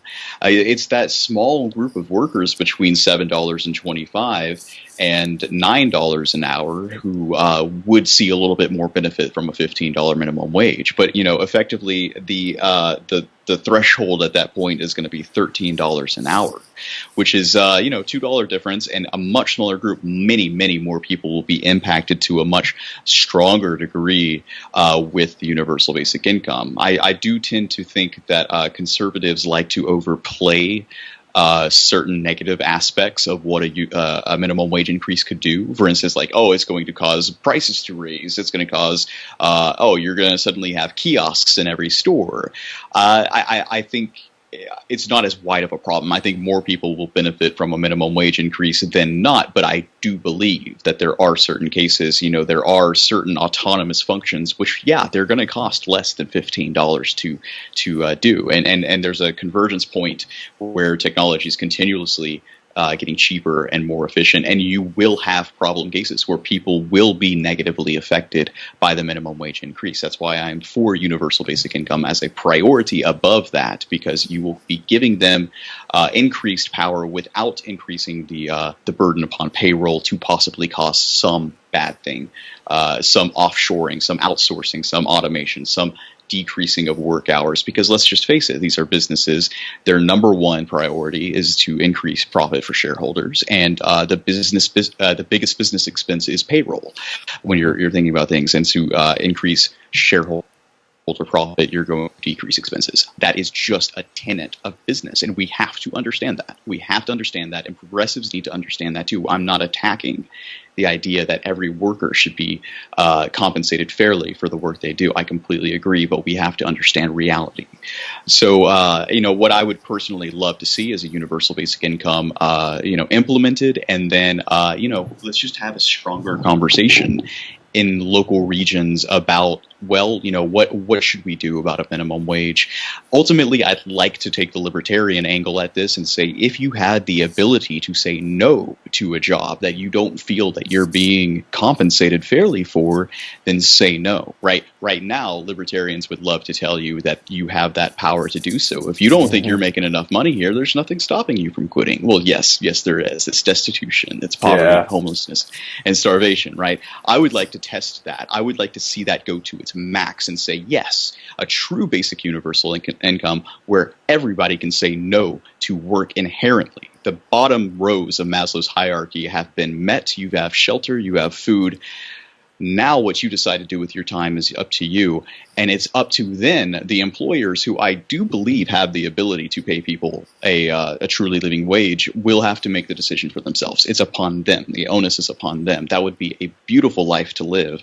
$1,000 won't quite reach it, but I do see 1,000 as the starting point. I think enough people like myself would say hell no to traditional work. I've already done it, and I don't even have $1,000 yet. Long term, if UBI never happens, I'm going to be in some significant issues because I don't have a resume that's going to provide any long term stable work. But that's just a risk that I'm taking. In terms of the federal, I'll do the guarantee last. So expanding Social Security, this one is interesting because I completely agree with Tom in that, that needs to happen. The problem with Social Security in America is that we do have the perception that it's something that you pay in for and you are getting out what you paid in, but the actual mechanics of Social Security seems to be more that the existing pool of workers is providing that for so like if you're to deal with the issues of the fourth industrial revolution and increasing automation and stagnating wages, Social Security is always going to have some kind of funding issue involved with it. So that's a pretty weird problem that we've dug out for ourselves.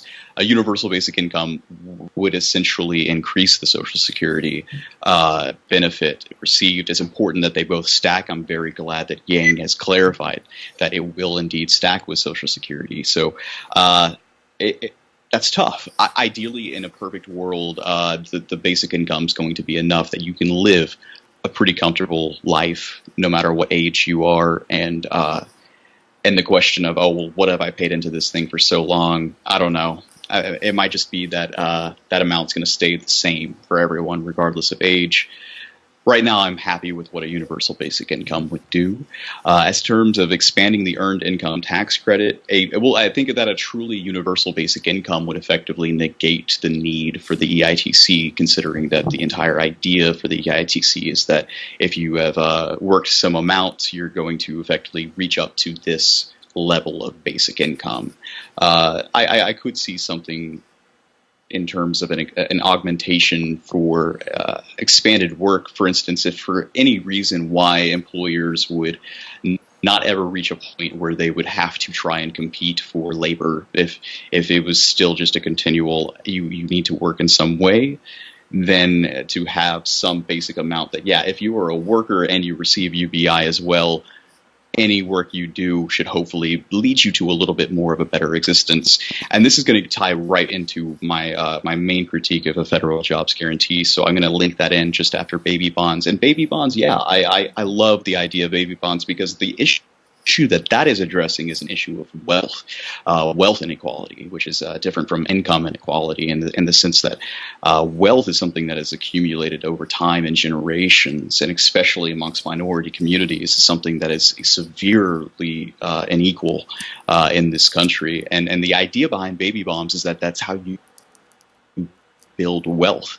Part of the criticisms we could give it is that, no, you're not getting it immediately in a way that is going to take care of your basic needs, but that's because you want it to build up and accumulate some dramatic impact that's going to affect you and your family and improve your status in the community, your economic voice in a much substantial way than just your basic necessities are. Of course, the issue that we've brought up that I think is extremely important to consider is that, yes, the basic the basic way that we view finances is just how we view time and linearity in general as humans, right? We've evolved to deal with a predator in a forest and think linearly about how to deal with that problem. You go in the forest, you see the predator to your left. I need to make my way over to the right and escape that thing. You're not having to think about the idea that the 7 steps ahead right? That's not where our baseline mental faculties exist. So without some type of just personal finance education and knowledge, it can be expected that a lump sum payment is not going to do any significant good for someone without those faculties. So yeah, again, prioritization, the question of that UBI first, UBI, UBI, UBI, UBI. And I love the idea of baby bombs and would like to see that in some fashion. And then last but not least, the federal jobs guarantee, which is, you know what, I actually kind of support this. And it's going back to what we were talking about in terms of people seek meaning and dignity. And while I can recognize that I myself am a outlier case where I can find meaning and dignity in my own life, which is separate from the work that I do, because work is a much more malleable concept to me. Work to me is waking up and, making the bed and doing some chores around the house. And it's a meditative quality. You think of monks that will wake up every single day at 7 and kind of teach discipline upon themselves. Well, that's not been what our society has been structured around. There was the conversation of education earlier, and the ways that we fail our upcoming generations to not succeed, because we're ultimately just trying to drill into their heads that they are a cog in a machine to do the same task over and over and over. We're teaching them to follow instructions. We're not teaching them to be critical thinkers. We're not teaching them to fail, like Gisele brought up as well. So, but what I'm trying to say about all of these things is that a federal jobs guarantee is a submission to the existing paradigm of work, and that's problematic. That is so problematic to me. It's refusing to acknowledge that humans are having value that's separated from their ultimate production. And, in terms of what was it that I was saying about the minimum wage. Okay, yeah. Oh, sorry, go ahead. I was going to say, was it the earned income tax credit you wanted to bring in there? Right. Well, it was more of the idea of that, like, where I see federal jobs guarantee going wrong is people who are saying, listen, well, the federal jobs guarantee does try and expand the idea of work. And I'm trying to say something like, well, no, I consider myself an artist. So will I be considered a worker under a federal jobs guarantee? Making YouTube videos, being critical of federal jobs guarantee. Am I going to get the $15 per hour? No, I'm not. Like, what I consider haikus to be art, right? They say there's going to be some sort of special consideration for artists. Well, I make haikus. How many haikus should I make per week? Do I have a case manager? There's going to be some kind of, you have to have oversight in a federal jobs guarantee, and that's where the biggest fault comes from. I actually think that should you have a universal basic income, that the main issues of a federal jobs guarantee go away, in which where are those like really weird cases that just don't fit? They're covered by the universal basic income. And then I think that there is something important in having a structure in place for people to be guided towards discipline and meaning, because there are just some people in this world who need that. For instance, my girlfriend has a friend that I just remember one day that she called her. She's like, I got the day off unexpectedly, and I have no idea what to do with myself. She was distraught. She didn't know how to spend her time. And it was wild. It blew my mind, because I would never find myself in that situation. But there are a large amount of people out there where work, it defines them, and they're happy for it. I love to rail against it. It's my entire thing, but I recognize that. And I think that if we had a federal jobs guarantee where a community has come together and recognizes things that need to be done within that community, and you're going to get paid when you go and do it, that's beautiful. I know that it's not going to be perfect. It's not going to be universal. It's going to have a lot of issues, a lot of edge cases that are not going to be covered. And that's where the universal basic income needs to come into play.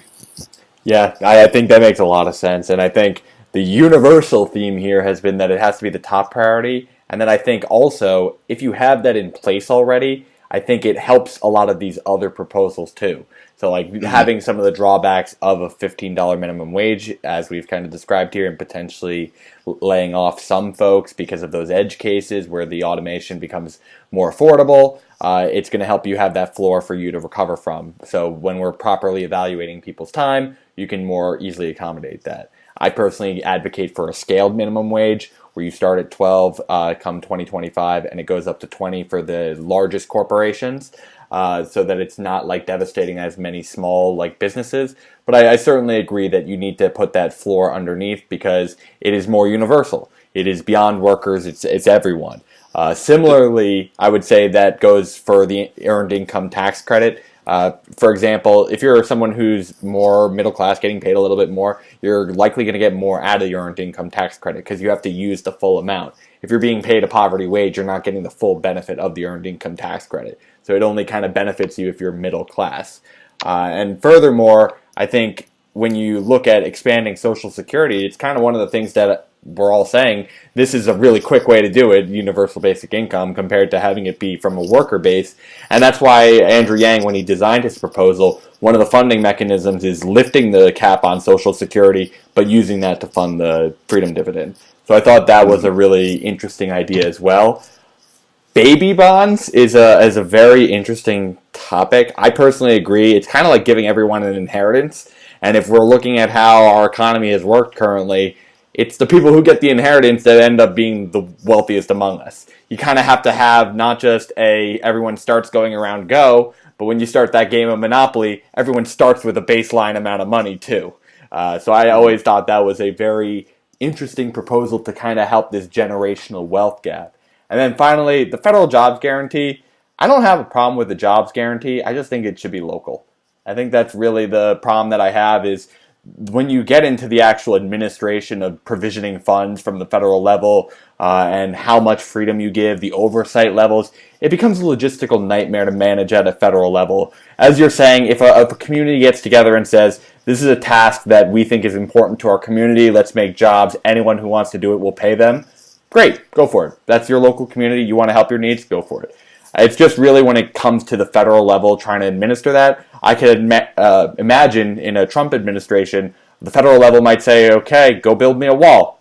Go do that. That's the job that we're offering. And if you want to survive in your poor situation, get a job as your welfare essentially, go build a wall. And that's something I don't necessarily want to see. If you want to manage it on a local level, fund it on a local level, I'm all for that. But with that being said, I now want to move into the final topics that we do on our channel here, which are the 3-on-3 questions. So this is a topic, as many will know from repeat watchers, where we go through some of the options on my platform of proposals I'm putting forward, and we choose which is the highest priority of them. So I'm going to give you 3 choices. You can either give me one of the 3 choices or none of the above. I'll go around once, and then I'll go around again to get explanations. So the first time, just give me your answer. So here are your first 3 choices. I'll start with Tom with this. So option 1, cancel all student loan debt. It's approximately $1.6 trillion, at least here in America. I don't have the figures on me for the UK, but still, we're going to cancel the debt. The second is rent control of 5% per year. Basically, if you're already a tenant of an existing building, you should be not charged more than a 5% increase. It doesn't matter if it's a transfership of ownership between the person who owns the property. If you are a tenant, your new lease is not going to go up more than 5%.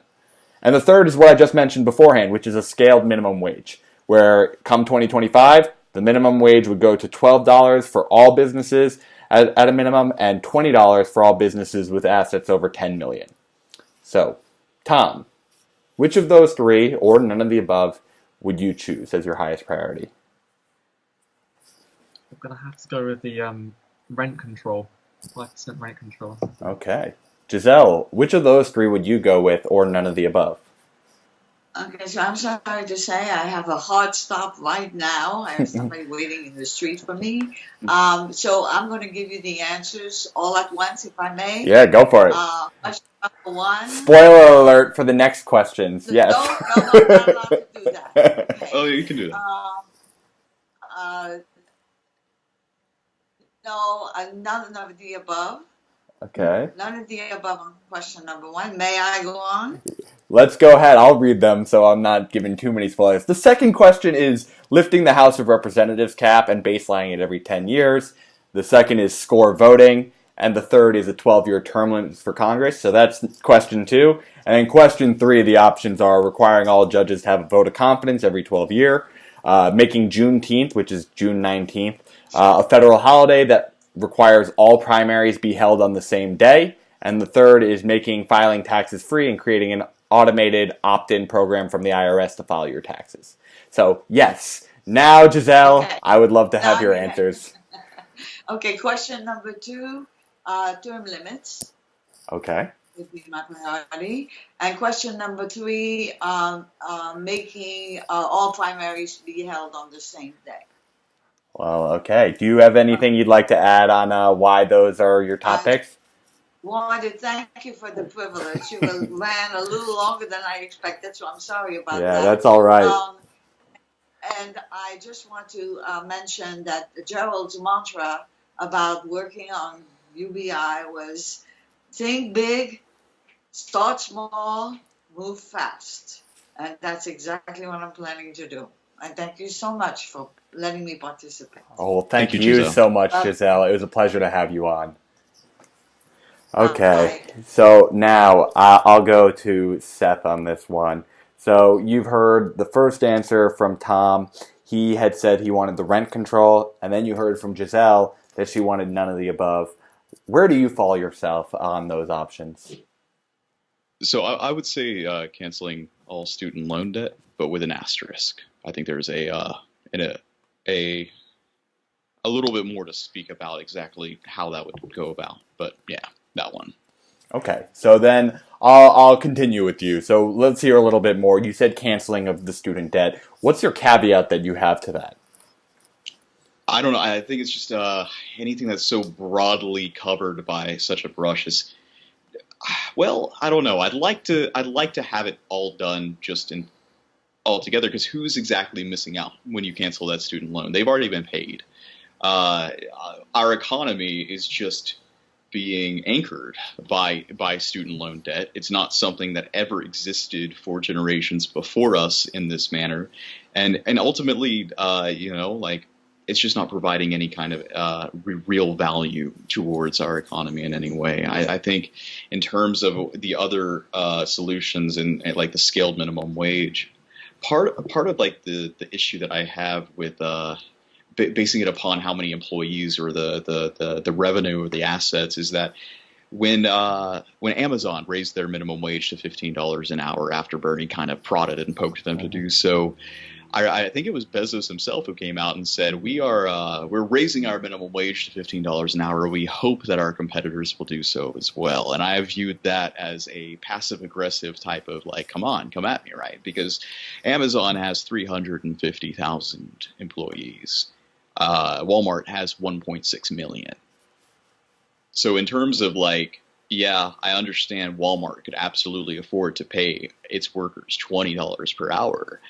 They're in competition with Amazon. Amazon's going to get a huge boost if we were to just say assets over 10 million for all of them, and that's going to be $20 per hour. It's a little bit like, I don't know. I don't know if that would actually really change things, because Walmart's going to go out of business eventually if they can't compete with Amazon. So maybe it's just speeding things up a little bit, but I do think that that's going to cause some issues. That's why I wouldn't choose that one.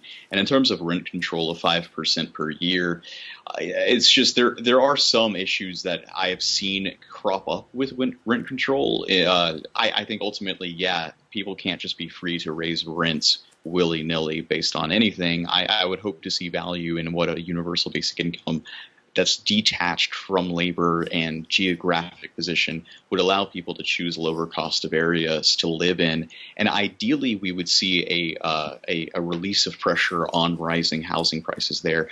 I think that the conversation's necessary and we need to continue to have it, but that's just one reason why I wouldn't choose it first.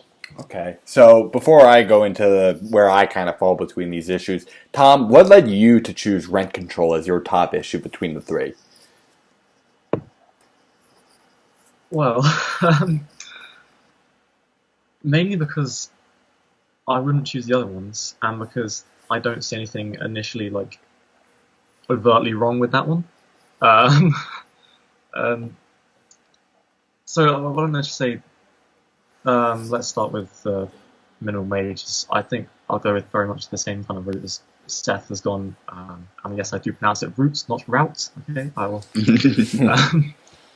But yeah, no, there are plenty of issues with the minimum wage. How you raise it, how you want to raise it. It's a very complex kind of issue, I think, on the whole. And I don't know exactly how to make it work best, but yeah, I see a lot of the issues that Seth sees with that. Cancelling all student loan debts. Okay, now, so I'm not entirely certain how everything would work when it comes to just cancelling debt like that. Where do the payments go? Where does that stuff happen? I don't know financial systems enough to be able to say that definitively. What I do know is that 1.6 trillion is a very large number, particularly for me in the UK, because that is what we raise about 600 to 650 billion maybe a year in taxes, and so we're talking about easily double that in terms of just student loan debt in America, which is a huge amount. And so I don't know how cancelling student loan debt just outright, straight away, might be really impactful to a lot of systems and things in a way. But what I would say is that I would certainly forgive a lot of student loan debt, and I would change the system, and I want to suggest something here. So something more similar to what we have in the UK, but combined with lower, or at least lower or non-existent course tuition fees. I don't know whether it be reduced or low or like non-existent would be best. Depends on the costs and things. I don't know too much about that. But what we've got in the UK, the way it works is that if your income is above a certain level, then you basically just have increased tax, and that just goes into it. And after a certain amount of time, it's just forgiven outright.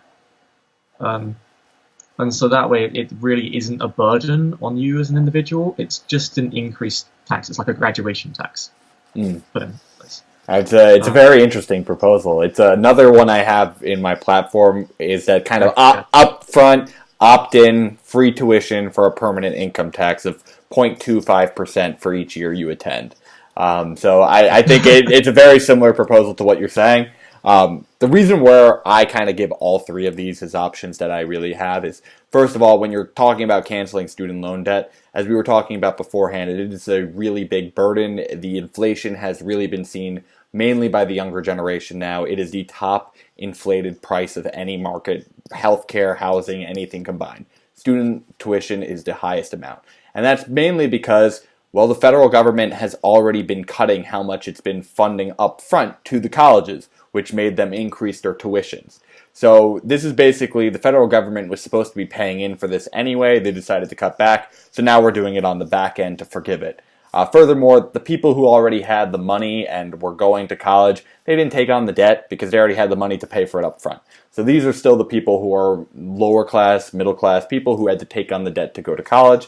And finally, it's like a refresh. So if we're going to start changing how we pay for it in the future, all the people who already took on the debt, we're saying, okay, this was unfair the way we were doing it beforehand. Here's a forgivable of this. And now you have more money to spend into the economy rather than on the interests of that. The way it basically works is that the federal government says, okay, we're taking on your debt. And then we're going to, basically, there's a couple ways, depending on funding method. You can either print the money and therefore have a little bit of inflationary effects and they'll just pay it off and it's settled. Or they can say, like a proposal that Bernie Sanders has when he says he wants to cancel it all, you put a financial transaction tax on it, where it's basically on each transaction that you do in terms of like investments, on the actual purchase and sale, there's a 1% tax. I see that as a way we can actually get forward and move past this debt that's been really putting a stranglehold. Rent control, pretty simple. Compared to a lot of the other rent control policies out there, this is really on the tenant themselves. Like, for example, let's say I wanted to move out. A typical rent control policy would say, even for the next tenant, it couldn't be raised 5% more. And therefore, if you're like a real estate investor, you're like, okay, I have no reason to want to update these places. In between it, it's only going to be a 5% income gain consistently. But when you have people move out, you now have a new spot to sell, and you want to make that place better. So you want to refurbish it, you want to fix it up, so you should still be able to change prices on that. But like if you're staying in the same place, nothing's changing, you should just be knowing that you could stay in your same community you want. You're not going to be priced out of it because some new real estate developer came in and bought the property and wants to increase the prices to make up for that. So that's the reason why rent control is a big thing for me. And I think Bernie's is a little bit too small at 3%. That's why I have it at 5%. And then lastly, the scaled minimum wage. I agree a lot of these impacts of the minimum wage happens because it's just this sudden lift. I think having these two tiers of level where you're saying $12 for all the small business makes it a lot more sustainable. I know a lot of small business owners who say if they got it to 15, they're going to start laying off people, and that they couldn't compete with all these Amazons who are saying, bring it on. We want the higher wage. Let's strangle you guys out of the market. And so that's why you have the differentiated levels. The $12 for small business so that they can still sustain, and then the $20 for the bigger businesses. Because when you're a business owner, you should have the incentive that before you start growing your bottom line for yourself and your shareholders in terms of bonuses, you should be making sure that your employees are being paid first and that they should get that increase in minimum. And this will hopefully largely be helped out by the fact that I also propose a maximum compensation ratio. But that's for another time. So now let's get to the questions that Gisele had us nicely preview a little bit early. Here's the second group for a reminder. So the first option is lifting the House of Representatives cap and baselining it every 10 years with the census. The second is score voting. Basically, you'd grade your candidates on a 1 through 9 scale rather than just picking one. And the third is 12-year term limits for Congress, so 12 years for the House of Representatives, as well as another 12 years for the Senate. So, how about you, Tom? Where do you fall between those three? I would certainly go with score voting or some sort of alternative vote. Okay. How about you, Seth? I'm in agreement with that. Yeah, 100%. Okay. So, Tom, why was score voting the number one for you? I look at first past the post as one of the banes of democracy in many ways. Yeah. It really constricts a lot of things. Tactical voting is just... I hate it so much.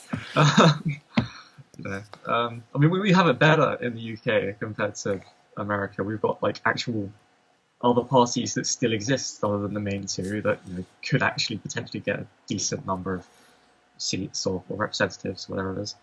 But yeah, no, I really allowing people to actually vote for what they want rather than what they feel they have to that just seems to be such an obvious decision to make.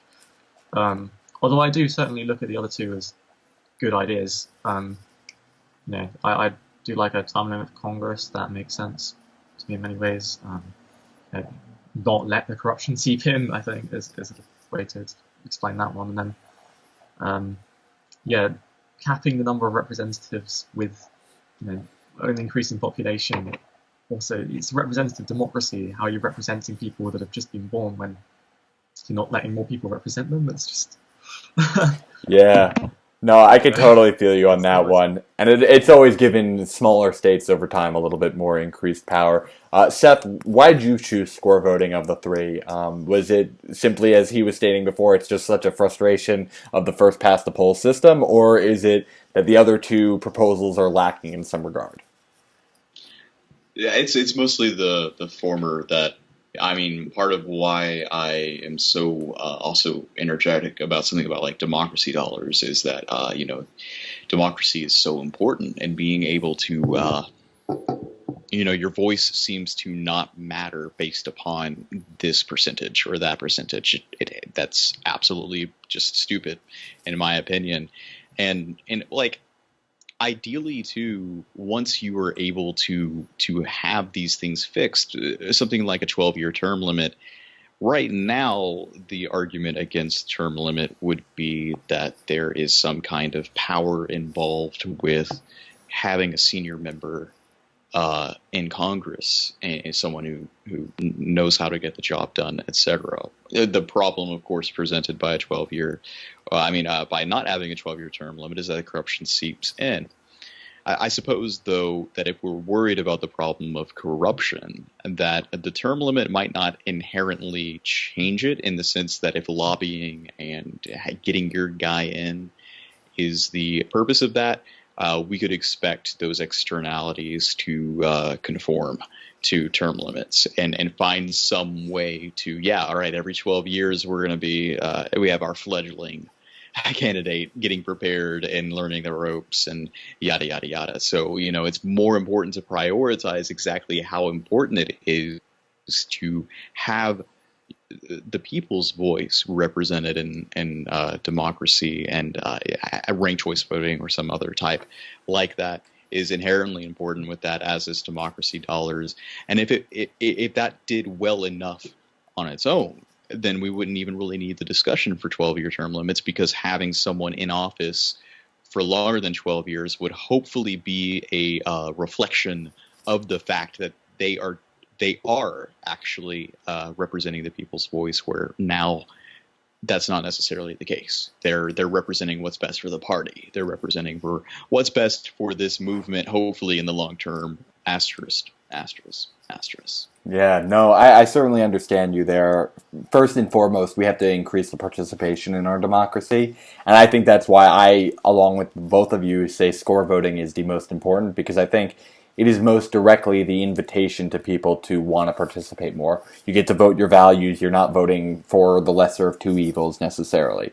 And I think that's a really big, helpful metric, because it's actually having you be heard. Like, for example, I don't know about the two of you come 2016, but I went and voted third party just because both options were terrible for me. I knew I was in a safe area in terms of, I know for Tom you didn't get to vote in our 2016 election, but you equally had bad referendum choices potentially. And so you're not really saying how you feel. It's like you're being forced into a polarized camp when you might not be in one of those polarized camps. Like, as we're saying, it's not a left or right. I maybe am forward. Maybe I'm at a 6. I feel this strongly about him, or a 5 or 4. This allows you to more accurately feel heard and therefore more actively want to participate.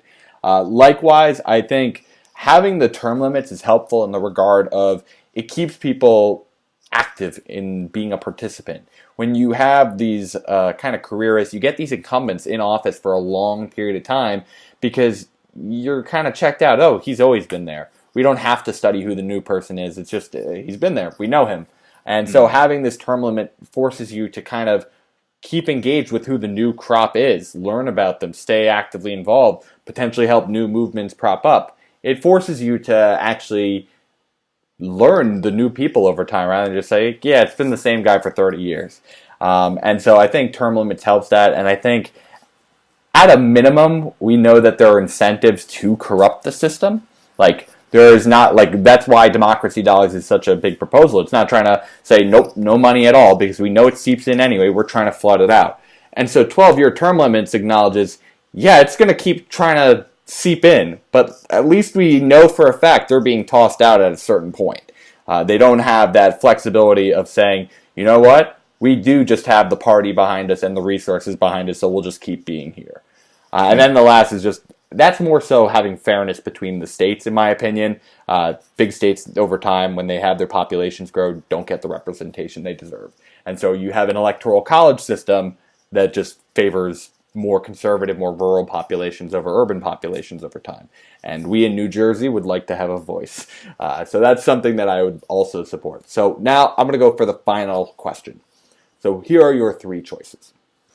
First, it's requiring all judges to have a vote of confidence by the people they have authority over every 12 years. The second is a holiday, Juneteenth, that requires all parties to have their primary on that day. And the third is making filing taxes free and creating an opt-in program by the IRS to file your taxes automatically for you. I'll start with Tom. Tom, which of those 3 would you go with? This is a tough decision. I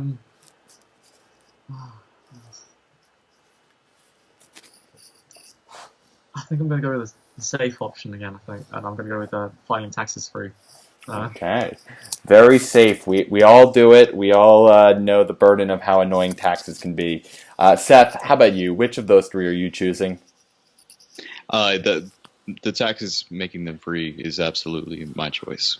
Yeah. Okay. So, Tom, do you want to elaborate a little bit more on why you chose that beyond the other two? Well, okay. So, with regards to the judges having a vote of confidence by the people they have authority over, um, so right, I've got to understand this correctly before I make too many judgments on it. Sure. But in terms of the judges having authority over it, is that the actual people that would appear in their courts, or is that the jurors? Is that the... It's the jurisdiction. So, for example, like if you had someone who was on the Supreme Court, their jurisdiction would be the entire country. If you had a judge in a state level ruling for New York, only the people of New York would be voting for them. Yeah. That's an idea that makes sense. I'd certainly get the idea behind that. By Seth. So yeah, I would certainly agree with a little that bit more to some casual. extent. I would almost suggest though having it be more like you have the option to have a vote of confidence if you feel like there needs to be one rather than you're required to have one. Because I'm thinking about this in terms of turnout rates, especially. When you have, I see the turnout rates in America are pitifully low in many elections, particularly in the kind of less meaningful ones, well, not even less meaningful, like just the smaller ones, like congressional elections. You can have less than 10% turnout. I mean, it's just. Oh yeah, I'm aware of that. But yeah, so I can almost see having a required vote with such a low turnout rate. I can almost see it being something that can be abused. In a way, to get the judges you want. I don't know if that's just how I'm saying it, but if it's like something where you have to actively maybe get a petition going around to get X amount of people that think it needs to happen to have it happen or whatever, that kind of thing, that might make more sense in my eyes. I don't know. Juneteenth federal holiday. Actually, I do certainly think that all primaries should be held on the same day. It is weird, the system. I mean, you have a weird system in America generally, I've got to be honest. I mean, we have a weird system in the UK, but you got a really weird system in America. The whole electoral college thing and different states vote for different people. It's like, just vote, just get over with. So yeah, I mean, all primary thing on the same day certainly just does make sense in this thing. I don't actually know if there's any special semblance behind Juneteenth, if that's anything like that, but it makes sense as an idea. I certainly would agree for the finals on the same day. Filing taxes free, yes, why not? it's I think that's a very almost black and white issue, which is surprising in politics. You don't really get those very often, but when you have the option to make filing taxes free, you don't have to have people filing taxes. Why would you make people file taxes? Just why? Yeah. That just seems so ridiculous. I mean, the amount of time I imagine people spend on it. I mean, I think the only tax you would have to, for most people in the UK, you'd have to work out yourself is council tax, which is tax on your property, but income tax and VAT all worked out for you by either the company you work for or by the government or whatever it is, organisation. So individual people don't have to waste their time working out their taxes. I mean, it also, think about it if you're working out your taxes on a specific day each year, then you've got to make sure you budget correctly for the whole year so that you're not spending too much and then no, you can't pay your taxes this year or whatever. Or it seems so much of a hassle. It's just taken away automatically from your income as soon as you earn it or whatever, or it's worked out. It's just, why not? Yeah, no, I certainly understand that. And I think one of the reasons why that is such a easy to understand proposal is if you simply say, filing taxes right now has a baseline minimum. Hello, cat. We have a baseline minimum of like $50 what it costs to like file taxes. I don't know if you guys use TurboTax or whatever, the software that goes into the UK, but there's a filing fee, and that is basically just a flat tax that impacts poor people more. Furthermore, it's a tax, as you said, that happens repeatedly. It's every year. And if you know anything about automation, those are the exact tasks that it's built to actually address. Repeatable tasks over and over. So I certainly agree it makes a ton of sense to automate and make free. I will push back on like your critique on the required judges. I think that having the judges reviewed actually gives people more of a reason to want to vote and therefore increase their turnout at elections. So I think your concern about having the low turnout of the review of judges and maybe having that become polarized in terms of just getting the judges you want, I think this helps increase that participation in the democracy so that you are getting a more representative judge who is using his authority to shape the land, should reflect the values of our people too. But Seth, do you have a reason that you also opine that the IRS program where you get free automated taxes is the best proposal? Yeah, I mean, 100%. Just Tom talking about how easy it is was enough for me to go, yeah, we really, really, really need this. Well, more importantly, too, is that I feel that it's very important that, I don't know, I hear of some places where they just send you something in the mail and they're like, all right, we've just checked on things and this is what you're paying in taxes. Everything sound all right? Yes or no? And along with that, though, they have a graphic or some kind of visualization of exactly where their taxes went. Mm-hmm. And I think that is a crucial importance as well. And one of the things that really drove me along with Bernie's campaign in 2016 and was opening my eyes outside of high school was just understanding the scope of how much wealth there is in this country. What is it being spent on?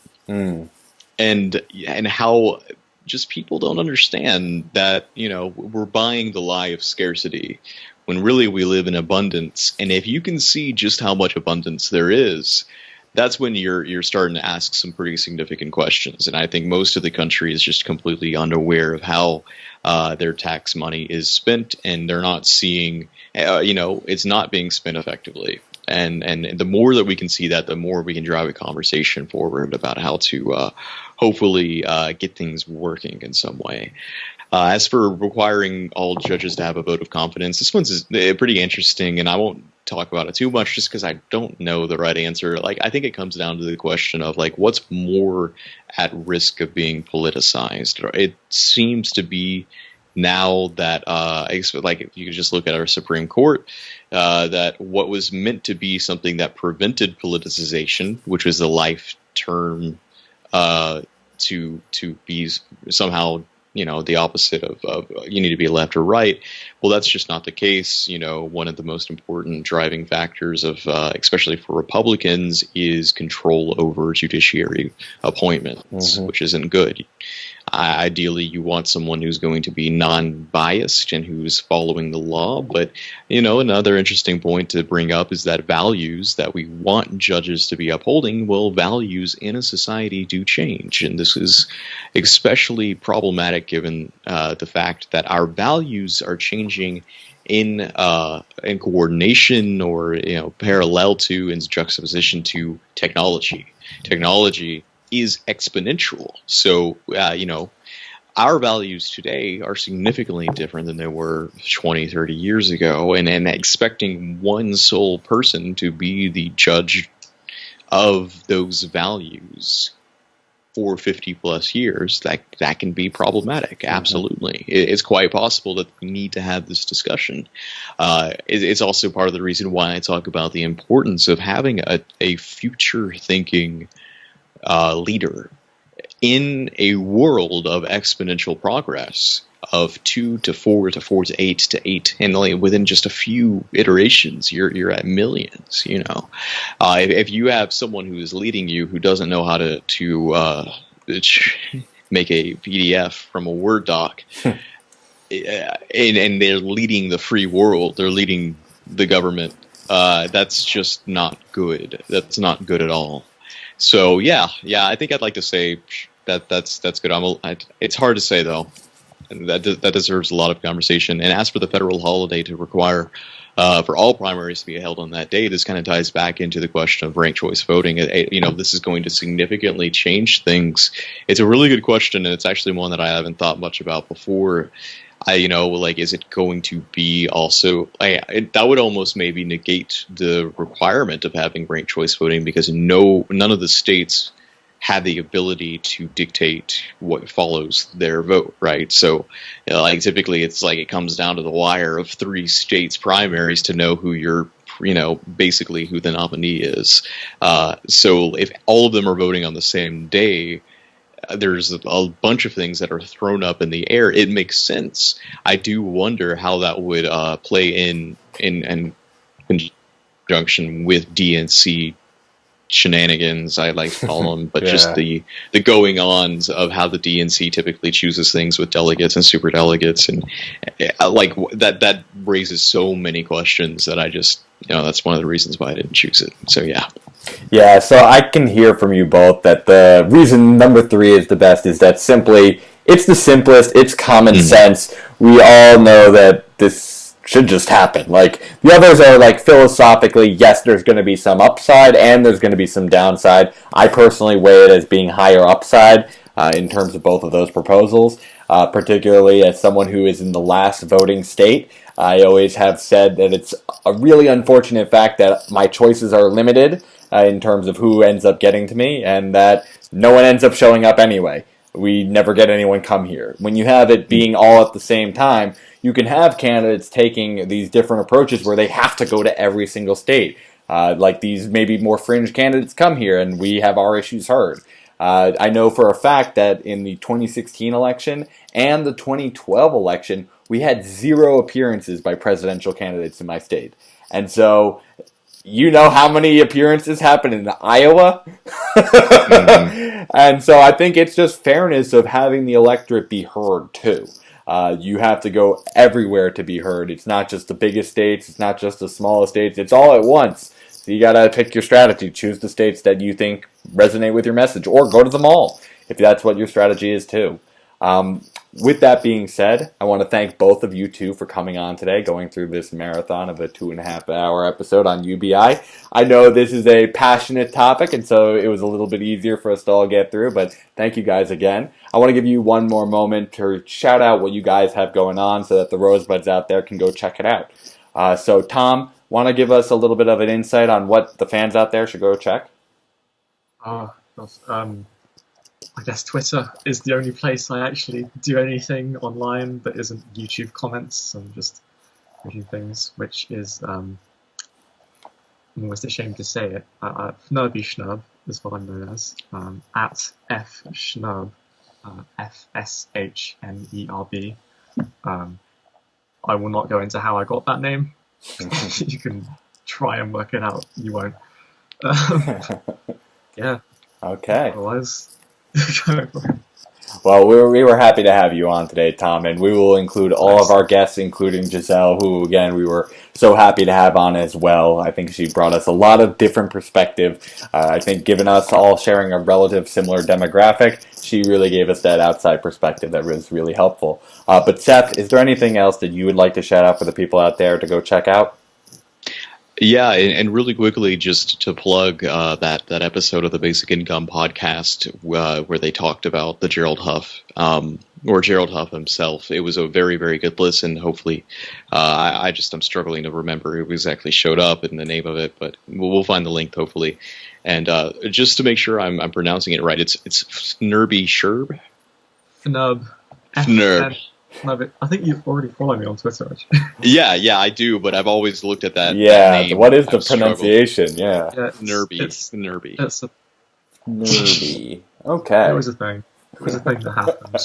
It's not. It's like it's not an embarrassing story, but it's an embarrassing story. But it's not really. It's just a. It's like old AIM accounts. I would. Yeah, exactly. So we all have our own embarrassing names out there. But is there anything else, Seth, that you were looking to call out? Yeah. So I do run the Dividend Report. You can find me at YouTube at the Dividend Report, and on Twitter, I'm a little bit more prolific on Twitter. That's at Dividend Report on Twitter. I am kind of trying to crowdfund my own basic income, hopefully to be a poster child for what it could be, how impactful it could be. If you're interested in possibly checking out my content and maybe helping support it, I would absolutely love it.